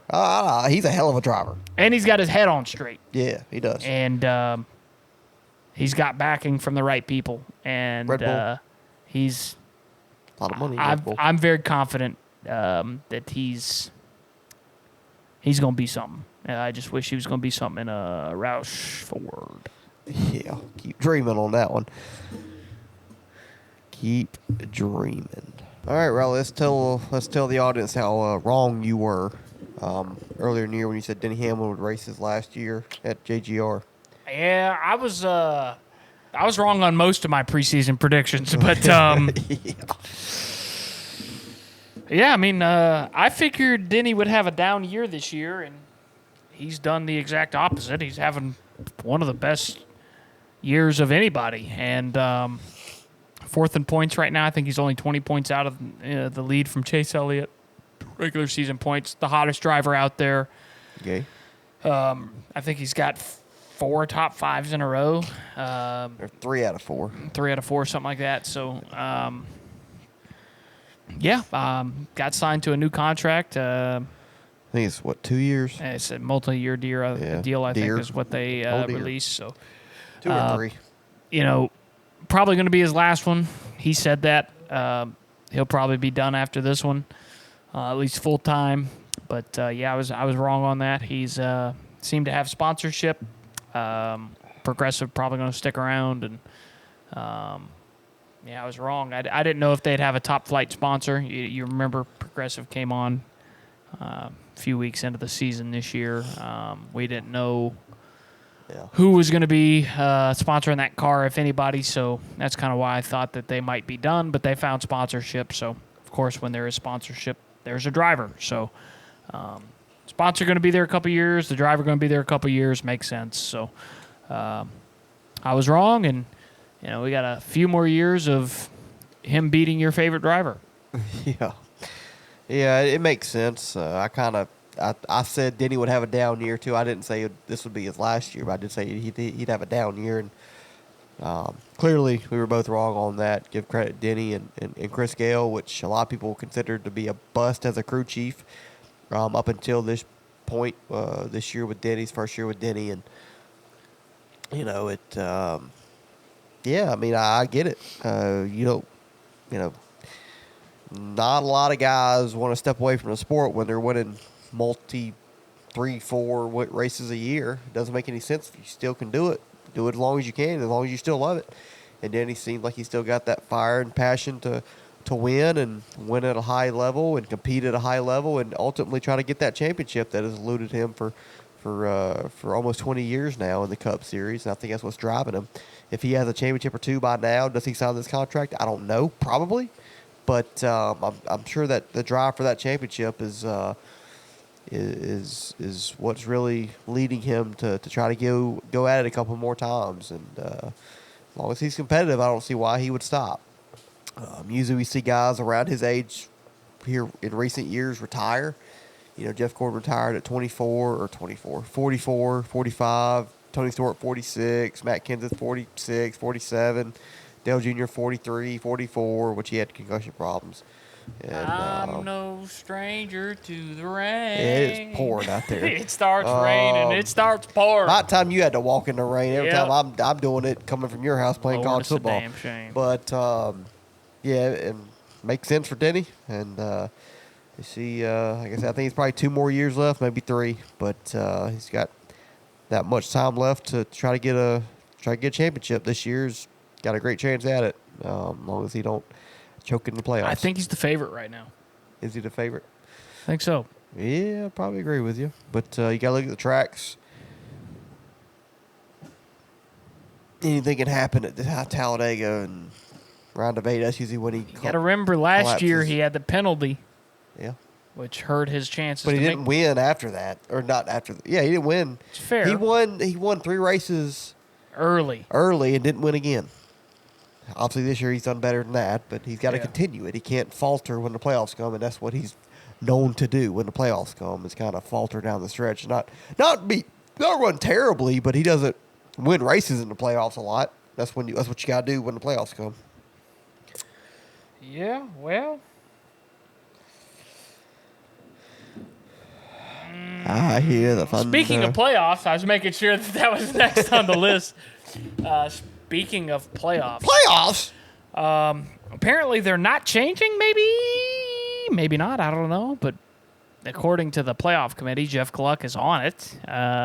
He's released some information saying that it's kind of a question of whether or not the playoffs are actually going to change. So there's been some other stuff released. You know, you had the Mark Martin debacle. Well, debacle is probably not the right word, but the feud. Conversation with Mark Martin and Larry Mack and Danielle Trotta. She's so hot. Yeah, first off, fuck you, bitch, and a should the playoffs change? Second off, what do you make of the feud between Mark Martin and those two? And third off, if frogs had wings, would they bump their butt when they jumped? No. Would you change the playoffs? Obviously, this is not good news for me. You know, when we talked about this earlier in the year when they came up with this playoff committee, I loved it. I thought it could change enough. Big name drivers, teams, or owners, just big names in the sport that have done this in NASCAR in its heyday could maybe get to NASCAR and realize that this one race championship shit is just not the way to go. And for a while there, it sounded like, yeah, we're going to have some big changes in 2026 based off, you know, the playoff committee and a lot of drivers and teams and owners' input. And it was looking good. And then, you know, Jeff Gluck says that NBC is kind of holding NASCAR back because they like the Final Four. They like the playoffs. They like the elimination style. That it creates buzz. It creates drama. It creates interest in the sport. However, the final race ratings are not good. Not anything special. Not anything to write home about. So if you try to, I don't understand where NBC's coming from. I get they pay the bill. They just signed a multi-year deal with that TV contract with NASCAR to host the finales from here till 2040. No, not 40. 2035, like a 37-year deal, ain't it? 2032, 2033, somewhere around there. You know, I get that, you know, the broadcast partner that's paying a lot of your bills or giving you a lot of money to broadcast your sport. You know, I get they want to have a say for it, but they shouldn't be the main. They shouldn't be the mainstay and completely determine what you do to crown a champion. It's your sport at the end of the day. And if NBC doesn't like it, they can kick rocks. They don't have to host your championship race. We can move them off and put them on fucking Amazon Prime. I would love to have Amazon Prime as a finale because they did fucking great. You know, they're not going to do that, but fuck it. I'm sure Amazon would love to have a NASCAR finale, considering how well they did. And seemed like a lot of the fans loved Amazon that watched it. They wasn't bitching on Facebook that, oh, it costs too fucking much when you're fucking paying. I'm not going to get into that. But anyways, yeah, I hate this this news, and I hope it doesn't come true. I hope they do change the playoff format because we've had NASCAR has been considered a joke for too long based off this playoff format and this Mickey Mouse Championship format that we have. That we need to get Chase took advantage of. Not as much as Joey Logano has done. Who? But we need to have a more respectable playoff format, and I hope they change it. Now I'm afraid they won't, and it's disappointing because NASCAR says they understand the sport, they understand what the fans want, and most of us fans do not like this one race playoff format. Even the drivers, for the most part, do not like this one race playoff format. So it's got to be all TV, and it's got to be all the fans that don't really watch NASCAR, that only watch for the wrecks, only watch a couple times a year when when there's something on the line that they listen to. As far as this goes, they listen to diehards and the drivers and other aspects. But as far as the championship goes, and if you want to have legitimacy back in your playoffs, you would change this format. And unfortunately, it sounds like they're not going to do it. And that's very disappointing to me because I'm over this fucking Final Four. I'm even over eliminations. But if you want to keep eliminations, I get it. That creates drama for TV. But please get rid of this one race playoff. Winner take all for a championship because you don't have all 32 teams racing or playing in the Super Bowl. You don't have all 30 NBA teams playing in the NBA Finals. You don't have all 130 plus schools playing in the College Football National Championship. And that's what kind of NASCAR is because every driver and every team still goes out there and races in the championship race. It's not like stick and ball sports. Stop trying to make it be like that. Yeah, Larry McReynolds and Daniel Trotter would disagree with you. Yeah, sorry, I forgot to talk about that. I mean, you kind of gave your answer just based on what your opinion. Yes, I agree with Mark Martin. Yeah, and I do too. I think the biggest issue with everything you said times two. So I won't speak on whether or not I think God agrees with us too with this Thunder. The playoff format needs to change. We know that. However, I will say this prior to my Daniel Trotta, Larry McReynolds She's so hot. mini rant. She is. But the one thing I will say is I called it. When they announced this playoff committee, I sat right here in this very chair, talked right here into this very microphone, and said it ain't gonna mean shit. If NASCAR don't want to change it, it ain't gonna change. And I called it. That's all I'll say on that. But as far as Mark Martin and Daniel Trotta, Denny Hamlin getting a new contract? I did not.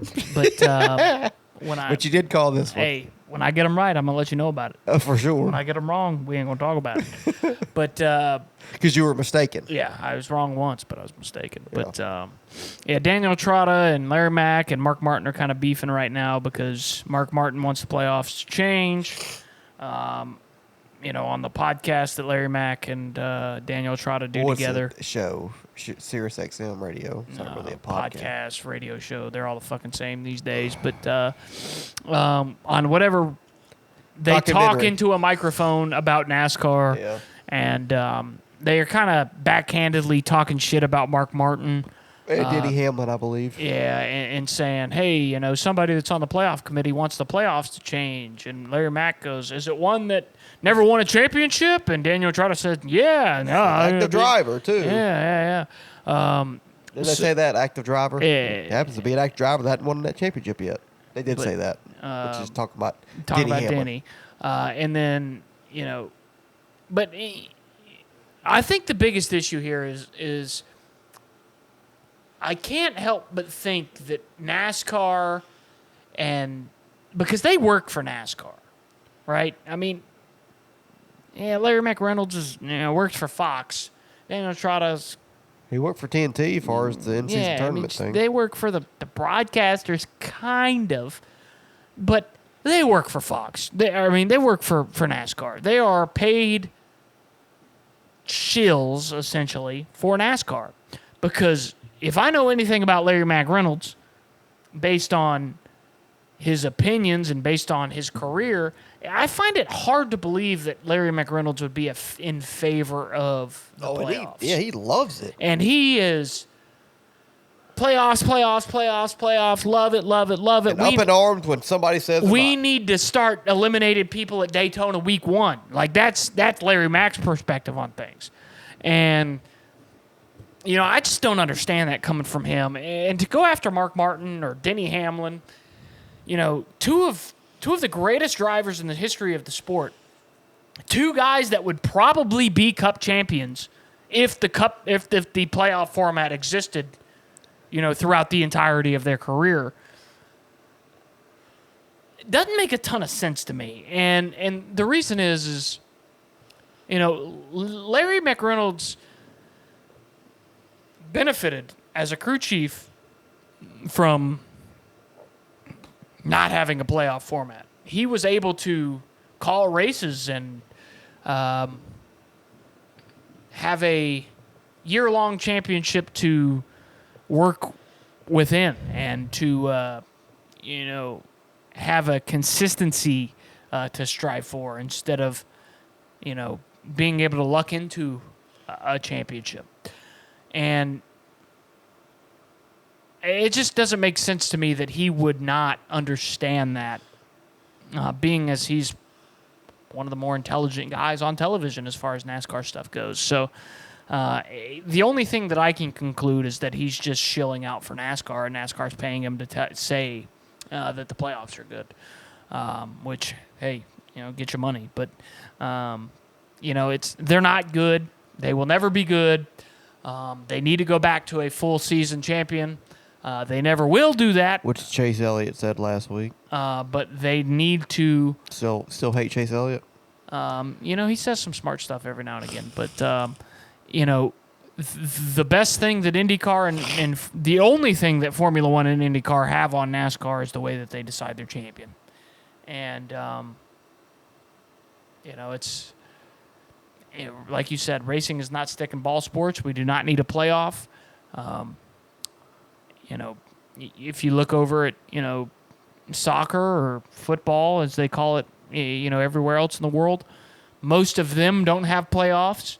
The English Premier League, the Premier League to everybody else, one of the more popular, soccer divisions in the world, they decide their champion based on a point system throughout the whole year.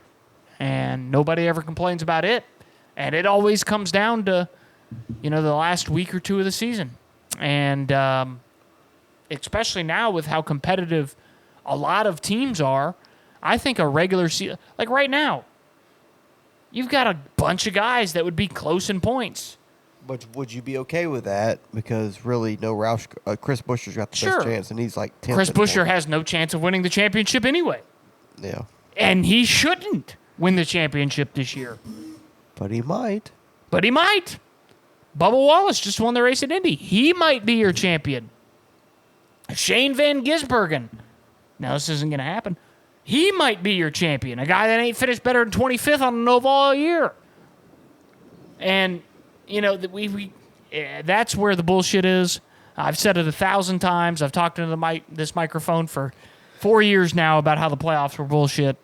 And I said at the beginning of the year when they established this playoff committee that they weren't going to do a goddamn thing about it because NASCAR doesn't want to change the playoffs. And I think it might be. You might be partially true with NASCAR, but I think it's more of the broadcast. I think it's NBC. If NASCAR wanted to change it, they'd change it.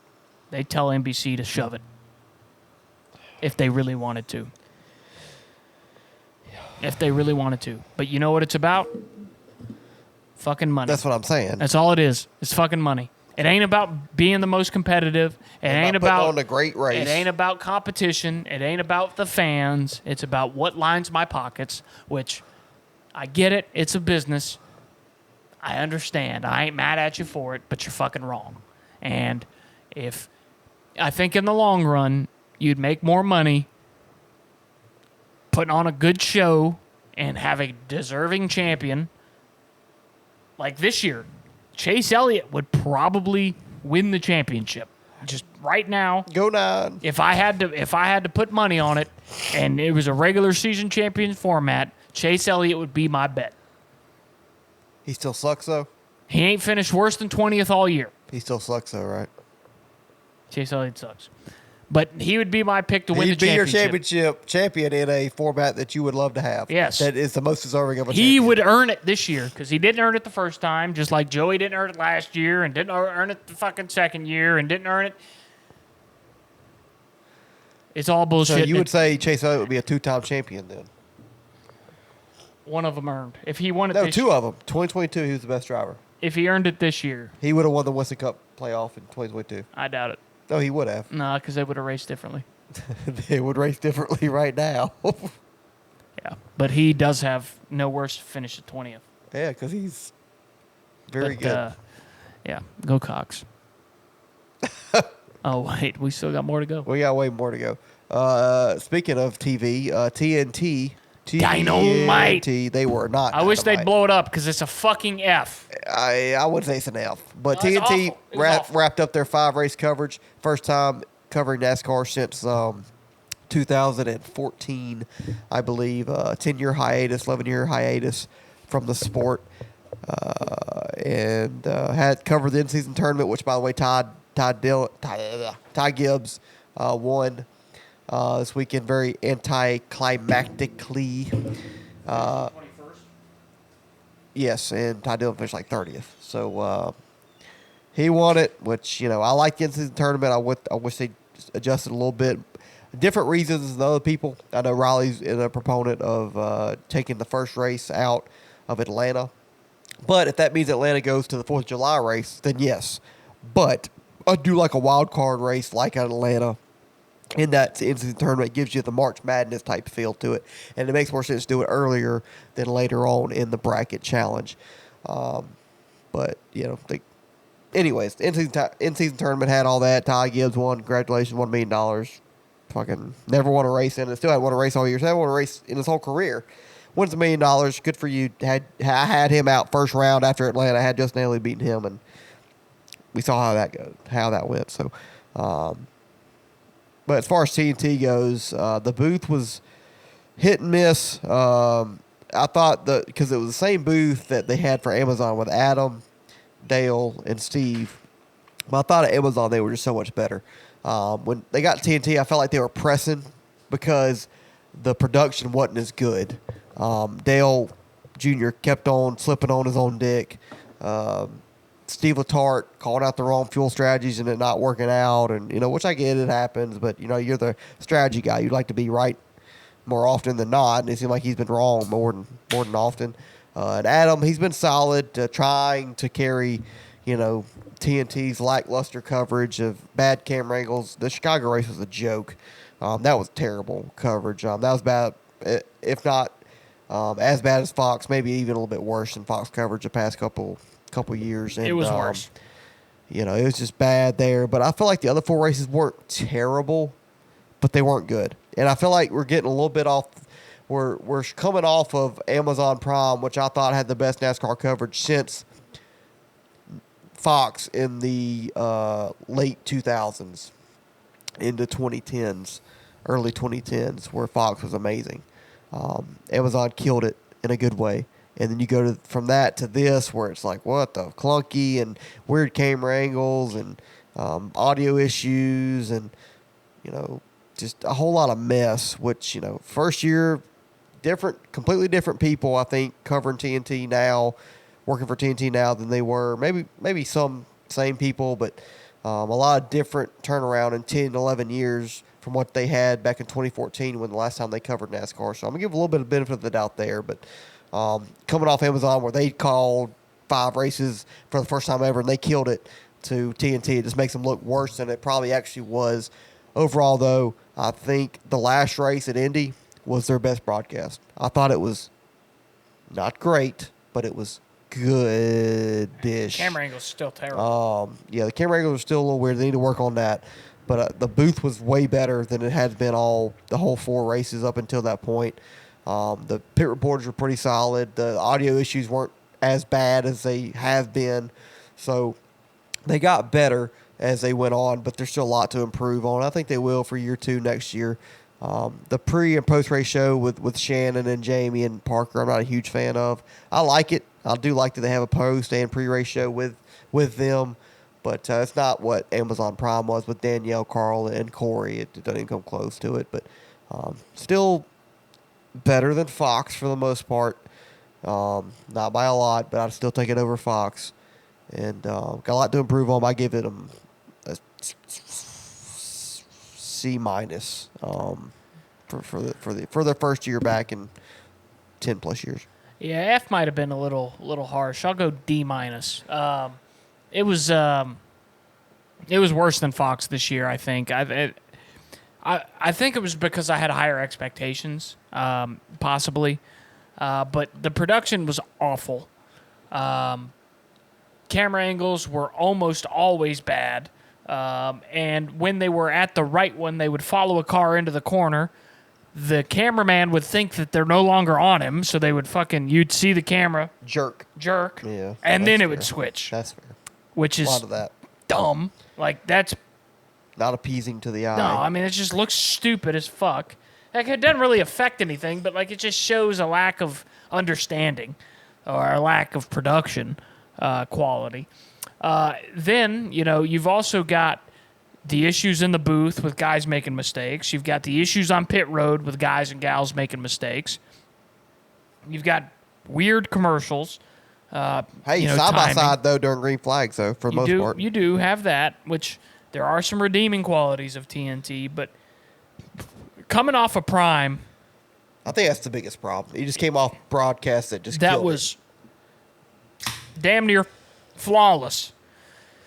And you've got this, and it was really disappointing to see because, you had higher hopes for it. So, it's really, we got NBC this weekend, which we don't have NBC this weekend. Their first race back, it's going to be on fucking USA. But, we've got the USA booth and broadcast this weekend to look forward to. Hopefully they do a good job, but there's no excuse for TNT to fuck this up this bad because the CW started at the end of the year last year. Yeah, right before the playoffs, I think, or right at the playoffs. With the Xfinity series. And they were really good right out of the bat. And they have never done anything. Well, that was NBC Productions, though, last year. Which is fair, but still, CW is doing it this year, and they've been really good. They have. And there's no excuse Adam gets to take a break. It takes a little bit of he still calls Xfinity races, but man, he been busy for the past 10 weeks. He has. Calling Xfinity and Cup every week. Which Mike Joy used to do the same thing, but That's fair. I think that I don't know if it's just, looking back on the past with rose tinted glasses, but nothing's going to beat the days of waking up at 10 o'clock in the morning and turning on, NASCAR. What was the name of that show? Race Day? It was before it was on Speed. Yeah, NASCAR Race Day. Was it NASCAR Race Day on Speed? And then you'd go into the Fox broadcast, which was Countdown to Green. That's what I'm looking for. That was NBC. What was NASCAR's? Fox's. Fox had one, too.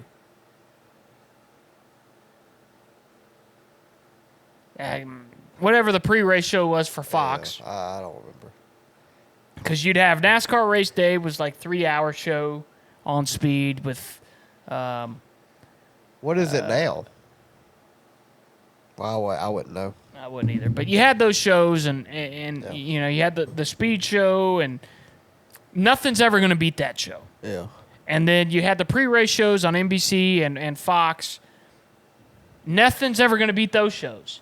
Even the Prime show this year wasn't great. I mean, it was good. I liked it. It was better than everything else. But it still wasn't that. It wasn't mid to late 2000s pre-race NASCAR show. It didn't have that same feeling to me. It could be because you're just an adult now. It could be maybe, but it doesn't. And like I said, it's not College Game Day. And hell, even College Game Day doesn't have the same Again, I pizzazz. think it's because we're older. As it used to. But we're older, I think. you know, it's I might be the get off my lawn guy, and I might be the everything was better back in my day guy, but I don't know what it is, but these guys, I just feel like they need to try harder. And maybe they need to quit trying new shit and go back to what works. Good point. Well, hit that button for Attaboy.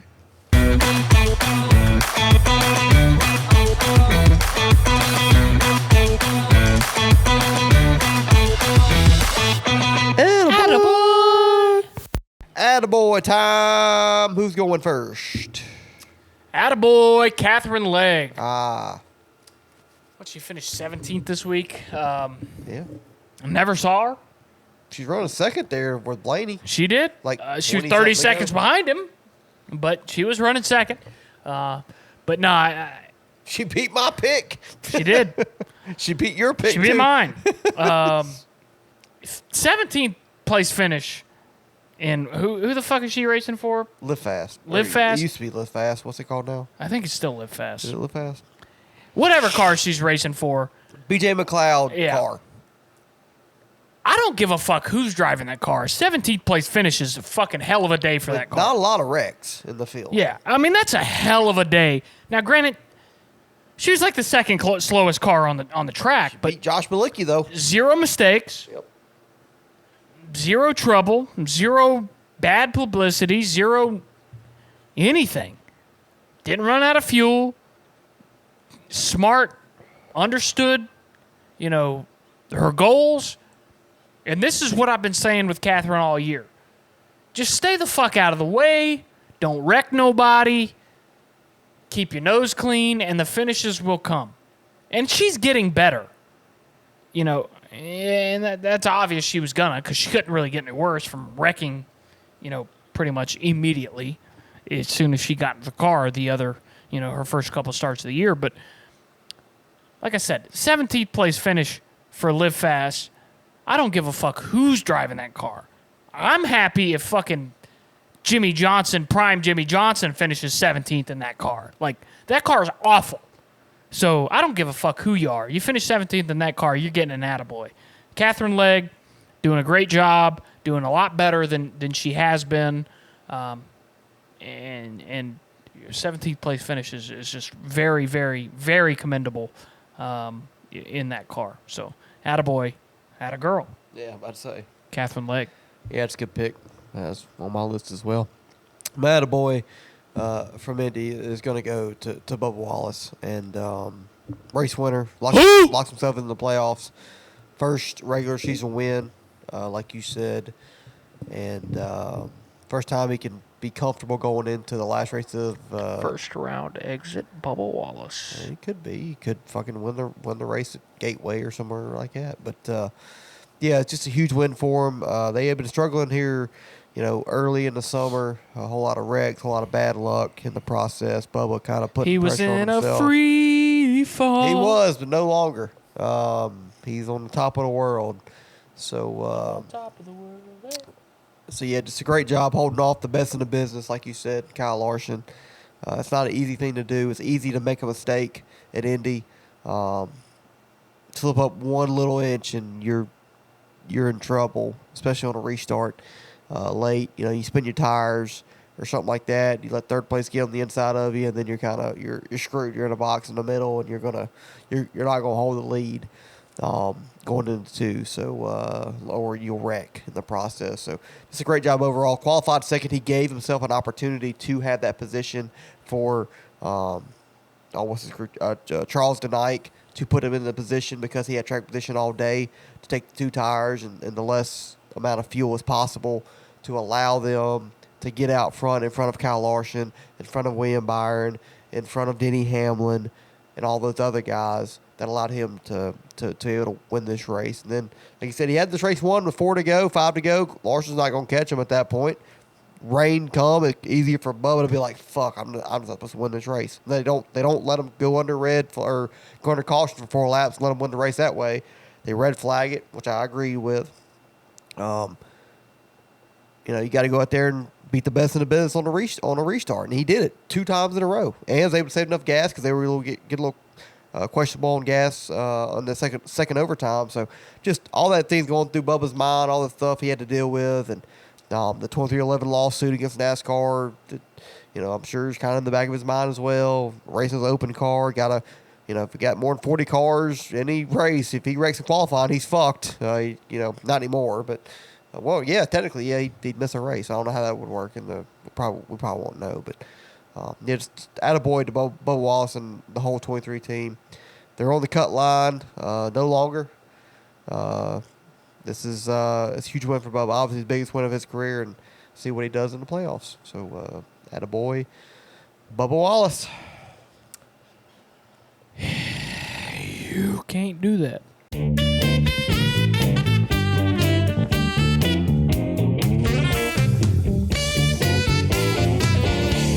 can't do that.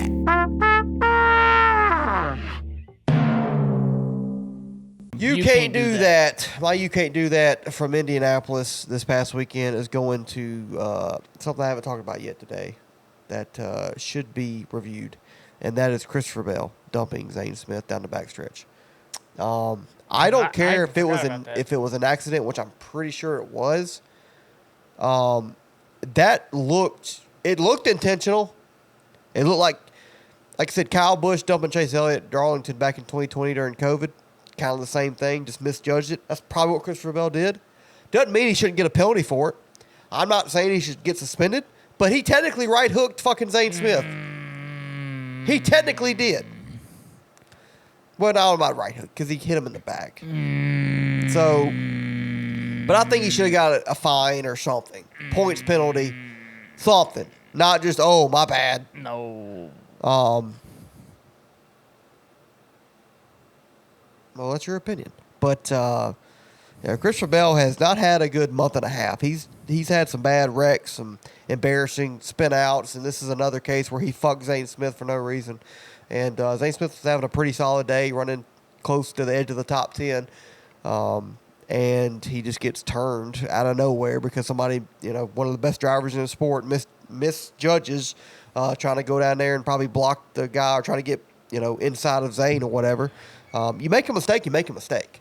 And I'm sure Christopher feels terrible about it. Doesn't mean you get away scot-free. If you shot somebody on accident and they go to the hospital and fucking got to have 10 surgeries and are not what they used to be, doesn't mean you should, my bad, I didn't mean to shoot the gun off there. You don't get away scot-free. You still got a punishment to serve. I think that was ridiculous what Christopher Bell did there for them not to even come close to penalizing him or something in that situation. And I get Zane Smith. I like Zane Smith. I think he's one of the most underrated drivers in the Cup Series. And there's Christopher Bell, who I do not like, and he drives a Toyota. I get where y'all are going to see that's just because I don't like Toyota, I don't like Christopher Bell, and I like Zane Smith. And that's why you're saying that. No, if Chase Elliott did that to fucking Ty Gibbs, I would think Chase Elliott would need to get some type of penalty in that situation, because no matter you accidentally did it or not, you can't just, whoops, my bad. We'll move on. I think because you can technically say somebody else could do that, accidentally do it in a playoff race, and call somebody a championship, which is why the playoff format's bullshit. But you could do that by accident any week. It wasn't bad. It wasn't as bad as y'all. And I think that's why people were not thinking about this. I think that's why Christopher Bell gets lucky in the situation, because they saw what Austin Hill did on Saturday, and it wasn't nearly as bad as that. So Christopher Bell gets a benefit of the doubt because it did not look as bad as what Austin Hill did to Aric Almirola on Saturday. Christopher Bell doesn't drive like that, so it's kind of obvious that it wasn't a intentional thing. If Zane Smith gets hurt in that situation, does it matter? No. And was it 100% Christopher Bell's fault? Yes. Yeah. Duh. But NASCAR should not be in the business of litigating incidental contact. And this was 100% incidental contact. If it's down the backstretch, get turned into the wall? Yes. 190 miles an hour? That makes it even more obvious that it was incidental contact. because there is no reason for him to turn him there. Nothing. There was nothing. What if Christopher Bell wanted to get another restart? Get a couple more positions. There's no reason to believe that Christopher Bell would have wanted that. You say that. I don't think he did either, but there's only Christopher Bell knows. Listen, you can't litigate. If Carson Hocevar does that, do you give the same benefit of the doubt? No, because But he did on accident. Zane Smith and him have never had a history. No, because you can look at the history of the driver. You can look at the likelihood that person doing it on accident is more minimal than Christopher Bell. I cannot think of a single time on one hand. I can't count the number of times Christopher Bell has ever intentionally wrecked somebody, or that I have ever wondered whether or not Christopher Bell has intentionally wrecked somebody. So before Chase Elliott, I can't think of one. So before Chase Elliott dumped Denny Hamlin at Charlotte, right hooked him. Chase Elliott never had a history of that. Chase Elliott was driving straight and then just drove down the hill in retaliation for an incident that happened 20 seconds ago. Not even 2 seconds ago. Yeah, Christopher Bell went down Christopher the back Bell stretch. and look at the in car. He just does that. Yes, he did, because he thought he was fucking clear. And both of them are driving straight. There's no incident. Christopher Bell tries to drive behind the 38 car and decides to come down the hill. When he comes down the hill, he misses the back bumper, or he hits the back bumper by a fucking quarter of an inch and turns him into the fence. Shit happens. It's racing. It was an accident. We should not be suspending somebody for making a mistake. We should not be penalizing somebody for making a mistake. We should not be suspending crew chiefs or docking points or setting people out for fucking 5 minutes or 5 laps on a fucking pit road penalty because they made a mistake that obviously was not intentional. If Zane Smith wants to go out and wreck Christopher Bell this weekend at Iowa, he has a 100% right to do so. He'll get penalized for that. Should be the payback. He'll get penalized and for it. He should not be penalized for that. They should do this like hockey does this. You hit my star, we're going to beat your ass. Zane Smith, if you want to go wreck Christopher Bell, do it. You deserve to be able to do so. But Christopher Bell should not be docked points, should not be fined, should not be doing anything for a racing incident, and that was 100% a racing incident. The cars tore if you dump somebody, you get sent to the rear. And they have it written in the rule book. It is not in the rule book for NASCAR, so they can't litigate that way. Now, if they start, if this offseason in December they say, hey, from now on, if you're involved in a collision, you go to the rear, that's fine. I would disagree with it, but that's fine. I would learn to live with it. But that's not the rule. The rule is if you intentionally... I think the way it looks matters, and it looks bad. It doesn't look bad because it's obvious that it wasn't intentional. It's obvious. Yeah, I don't think it's obvious. I think it is. And I don't like Christopher Bell either. If you turn down and you spin a guy out, no matter how, if it's accidental or not, it still looks bad. There was one at Auto Club a couple years ago. Who did it at Auto Club? Coming to the end of the stage. I think it was the last year that we raced at Auto Club. No, that was Michigan with Brad and Austin.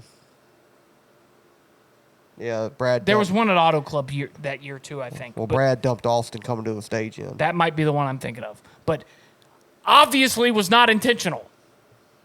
Does not deserve a penalty. Does Austin deserve to be able to wreck Brad the next week?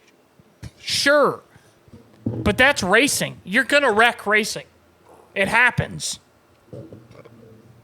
All right, get to your... You can't do that. You can't do that, Trent, for having that shitty opinion.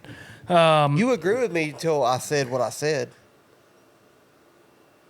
You were like, oh, yeah, that's a good one. And then I started saying... Yeah, because it was a really stupid... It was really dumb. Like, I get it. I get what you're saying. It was a dumb... It was a bad decision. It was horrible racecraft by somebody that's supposed to be one of the best race car drivers in the world. But there's zero evidence that he did it on purpose. So there should be no penalty. But anyways. All right, if fucking Kyle Busch goes out there and dumps Ryan Preece down the backstretch at Iowa because he misjudges it. And if he misjudges it, I'll say the exact same thing. We'll see. There's no evidence to believe that the 20 car did it on purpose. Not saying he did, but And you should not be penalized for a racing incident. And if he didn't do it on purpose, it's a racing incident. If that happens in the corner, I get it. Overdrove it. It's a little different. Down the backstretch. Down the backstretch on a track that you have to get a draft down the backstretch to maintain your speed. Should we start penalizing people at Daytona and Talladega for fucking missing their assignments and turning a guy? Because that's the same thing. For turning down the track, trying to fall in line and turning a guy? Because that's what the 20 was doing. He was trying to fall in line. Yeah, it's a different type of racing, though. Not really. You got to draft down the front stretch. That's why they fucking snake all the way down the strip. The stretches. Anyways. Christopher Bell, fuck I'm right. I agree. Fuck Christopher Bell, but not in this specific situation.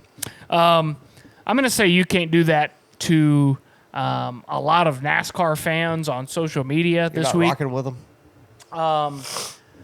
Look, I don't like Bubba either, but you guys say some really stupid shit on stupid shit on my TikTok review. Really stupid shit on the internet, and some of them could be trolls.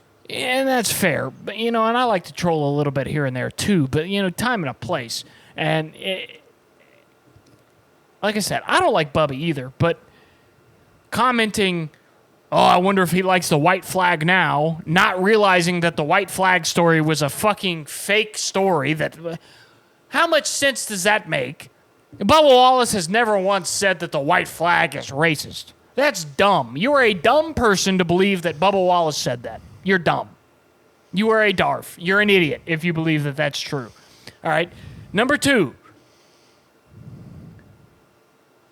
If we're going to bring up garage pools and, certain other aspects of stupid shit that Bubba Wallace has done, I get it.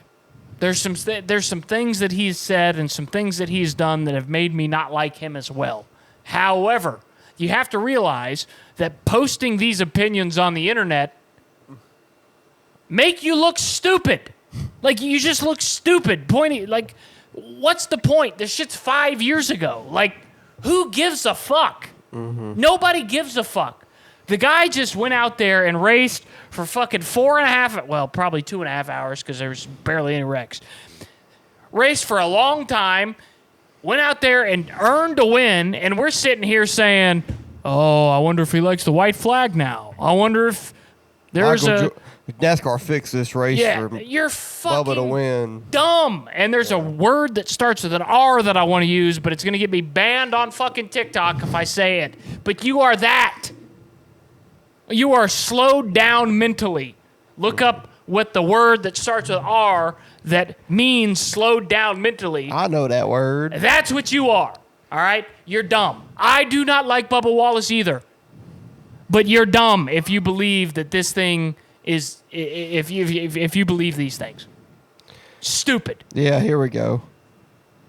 Chris. But he likes a white flag now. In fact, okay. Yeah. Okay, that was a good one. This is a good one by Mr. Moody. It's insane how racist some folks are. He held off the best driver in the series 2 times. Nothing was given to him. Same thing I said. I'm not a Bubba fan, but damn. It's crazy to see his skin color brought up because he won a race. Couldn't have said it better. I don't give a fuck if you're black, brown, green, yellow, or white. I do not care. Here's another. Larson let up. No, the fuck he didn't. He didn't let Bubba win that race. Yeah, the guy that right hooked him in the fence 2 years ago, 3 years ago, 5 years ago, whatever it was. Big dumb.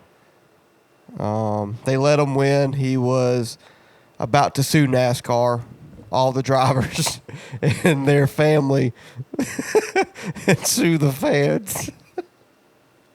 That's a good one by that guy's got to be trolling. He's got to be trolling. I ain't seen this one. It's not right, but it's funny. Good thing he won. He would have blamed the clouds for being white.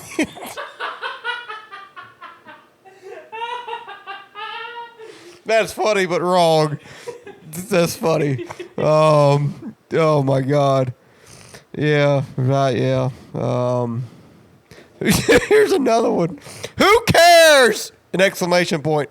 Mr. The White Flag is racist idiot is just one more reason I stopped going and watching NASCAR over a decade ago. Tim, we'll be seeing you. Jesus Darfs. Christ. You're all Darfs. It's just it's pathetic, and you make it hard. I got more, but go ahead. There's a bunch more. Yeah, there's a bunch gotta more. Read them all. Yeah, but it makes it hard to defend. You guys, you people that say shit like that, make it difficult for me to hold a legitimate contrary opinion on Bubba Wallace. Because whenever I say something negative about Bubba Wallace, people are going to hear me like they hear you. And people are going to think that I'm a fucking idiot because I have a negative opinion about Bubba Wallace. And they're going to think that, you're just a dumbass and you hold this negative opinion because of Bubba Wallace and who, his skin color, which is obviously not the case. And you make it more difficult for me to have a legitimate argument about Bubba Wallace's skill and Bubba Wallace's ability behind the race car, or the wheel of a race car, because of the stupid shit that you say. Just like when people say, wild ass shit on the internet about anything else. Whenever anybody else holds a legitimate opinion, it makes it more difficult for them to actually get through and be able to defend that opinion without helping the cause, without looking hurting like the an cause. asshole. Yeah. So if you don't like Bubba, there are many legitimate reasons to not like Bubba Wallace. But you're making yourself look dumb by voicing it this way. When the motherfucker just earned the biggest win of his career, and there's no reason to think otherwise. So for that reason, NASCAR fans, especially those on our TikTok and those of us on... Hey, we do appreciate you for commenting. Yeah, appreciate it. It grows the channel. You guys are fucking dumb. If Bubba Wallace wins every week, and this is how our TikToks go, hey, I'll take... Golly. I'll take it, I guess. Golly, I hope Bubba starts winning more. That's what I'm saying. To help our TikToks out. That's good. Good little rant there. And yeah, people are just dumb. Word. Well said. All right, we got Iowa this weekend. Second race here in the Cup Series. Ryan Blaney won the inaugural one. Can he go back-to-back this weekend, Riley? Yeah, he can. He won't, but he can. NBC's coming back. Yeah, NBC's coming back this week. We'll get to have Chris Buescher from Prosper, Texas, wins at Iowa Speedway. Hopefully. That'd be nice. I'm not picking him, but no. I really don't know who to pick this weekend. Well, I get to pick first, so you can base it off that. Yeah, that's true. But it's going to be a short track race, and short track packages sucked. Granted, Iowa's got some, character and, race a little bit better. I expect Chris to be decent, but who knows? It's a day race. They raced this race at night last year, didn't they? Mm-hmm. That's a day race this year, so Gonna be hot as hell. It's gonna be hot. It's gonna be slick. Hopefully that'll help. But we'll see what happens. I don't really know what to expect this weekend. So it could be a really boring race. It could be a really interesting race. Iowa's put on a lot of good racing in the Xfinity series for years, but this car is just really super hit or miss on short tracks. So I don't know if I want to give an opinion because I'm unsure about what we're going to get. If I had to guess, I would say it probably more likely than not will be not a great race, but I'm still holding out hope, based on last year's race being pretty decent, if I remember correctly. And, hopefully this year can follow that trend. But the short track racing so far this year has been abysmal. So we'll see. Yeah. It's the second time coming here, so I think that will make it a better race just because these guys are not quite comfortable with this car at this track quite yet. I know it's very similar to Richmond, but I think it's a little bit more worn out. It's got different characteristics in the corners and all that than Richmond, even though it's a very similar track size-wise and driving style wise. I think you drive it very similar to Richmond, but there's different. It's like Charlotte and Kansas. Like it looks about the same, but there's different characteristics in both tracks that make them unique and make them make drivers better and worse than other drivers at both those tracks. So expecting Penske to be fast. I'm expecting Blaney to be fast. Logano, who's fast here last year. Ford should be pretty good. They've always been good on the short, kind of flatter ovals. Iowa's got some banking to it, but not a whole lot. Hendrick, William Byron, and Chase Elliott, second and third here last year. Larson, I think, was solid. I think he had some problems, though, in this race. And then Gibbs. Christopher Bell was very strong here last year. Denny Hamlin sucked here last year that I remember. So we'll see if he can get it back together. He's been on a roll here recently. Ty Gibbs, we'll see about him with Chris Gabehart on the box. See if he can do well. And Briscoe, he's been very solid here recently. Didn't get the finish he deserved last week at Indy, but he's been on a pretty good roll here recently. So I'm expecting those three teams to kind of lead the field between Penske, Hendrick, and Gibbs. I'm hoping RFK can sneak in there with Chris Buescher and be competitive. Chris has got a win at Richmond. Like I said, a very similar track to this. But if I remember correctly, they did not run all that great here last year.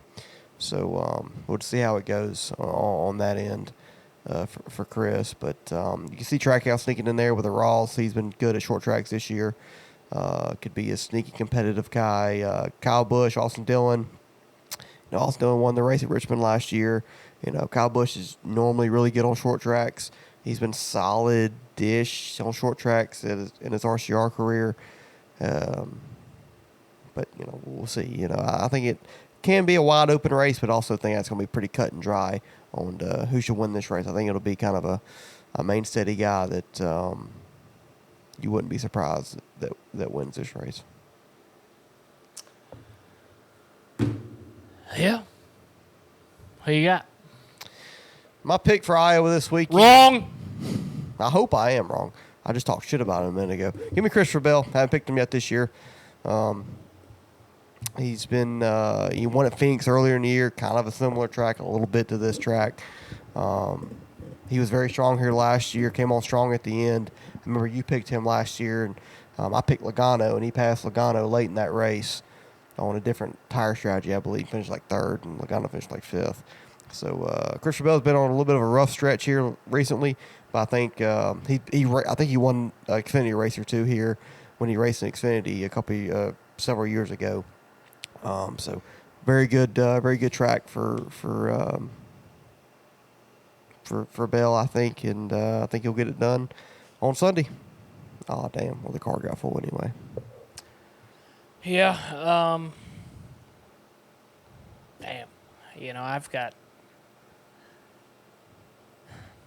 I've got one in my heart and I got one in my head. Which head? And I don't know which one to go with. I think Christopher Bell's a pretty good pick. I've got a guy that I think is going to be really competitive that the head's telling me to pick. But then I got a guy that I think needs to be very competitive and I think will be that my heart's telling to pick. Let me guess. Alex Bowman. No. Ryan Preece. Yes. For the heart. Heart is Ryan Preece. I knew heart was Ryan Preece. The head is Kyle Larson. That's big dick status there. You've picked him, I know, at least once. I think I've picked him twice. Oh, this would be dumb. I know. That's why I'm waiting. No, you've only picked him once. Give me Kyle Larson. I think Kyle Larson's going to be really fast this weekend. I think he's going to win the race. That's all I need to tell you. He picked him at the Clash, which doesn't count, and you picked him at the All-Star race, it doesn't count. And then you picked him at Vegas. Yep. Well, I'm picking him at Iowa, too. So give me Kyle Larson. Heavy hitter this Need a win. And he probably going to win the race. So 15-10. So, yeah, Larson and Iowa just doesn't seem like the... I wouldn't have picked him. He'd have been one of the last people on my list. You're an idiot. He's going to win the race. He didn't even... I think he was decent here last year. He's going to win the race. His teammates finished second I'm telling you third. he's going to win the race. Okay. All right, we'll see. I mean, I'd rather him win than Christopher Bell, but fucking... He's going to win the race. Probably gonna If be he's fun. not involved in a collision, he's going to win the race. It's gonna be Zane Smith. Well, with that being said, I got to go to bed. So shut the fuck up and go Cox. Follow us on TikTok. What you got going on this weekend? I'm watching the race. I'm off. My birthday. Your weekend. birthday. We're gonna party like it's 1994. Yeah. So I'm going to be doing nothing because I wasn't alive at that time. But yeah, I ain't got shit going on but a NASCAR race. Yeah. Same. I have a good birthday weekend. Birthday dinner with my family Thursday, and then have a little party on Saturday. I don't know what I want to do yet. We'll figure that one out. But, yeah, follow us on TikTok at the Highline Podcast. Follow us on Instagram at the Highline Official. Follow us on YouTube at the Highline Podcast. Follow us on Spotify and Apple Podcast at the Highline. Hit the notification bell. Ding, ding. To get every update every time we drop an episode. Drop one once a week. We'll come back with you next week to review Iowa and much more. But until next time, Go Mean Green. go Owls. Go Cox. Go Tigers.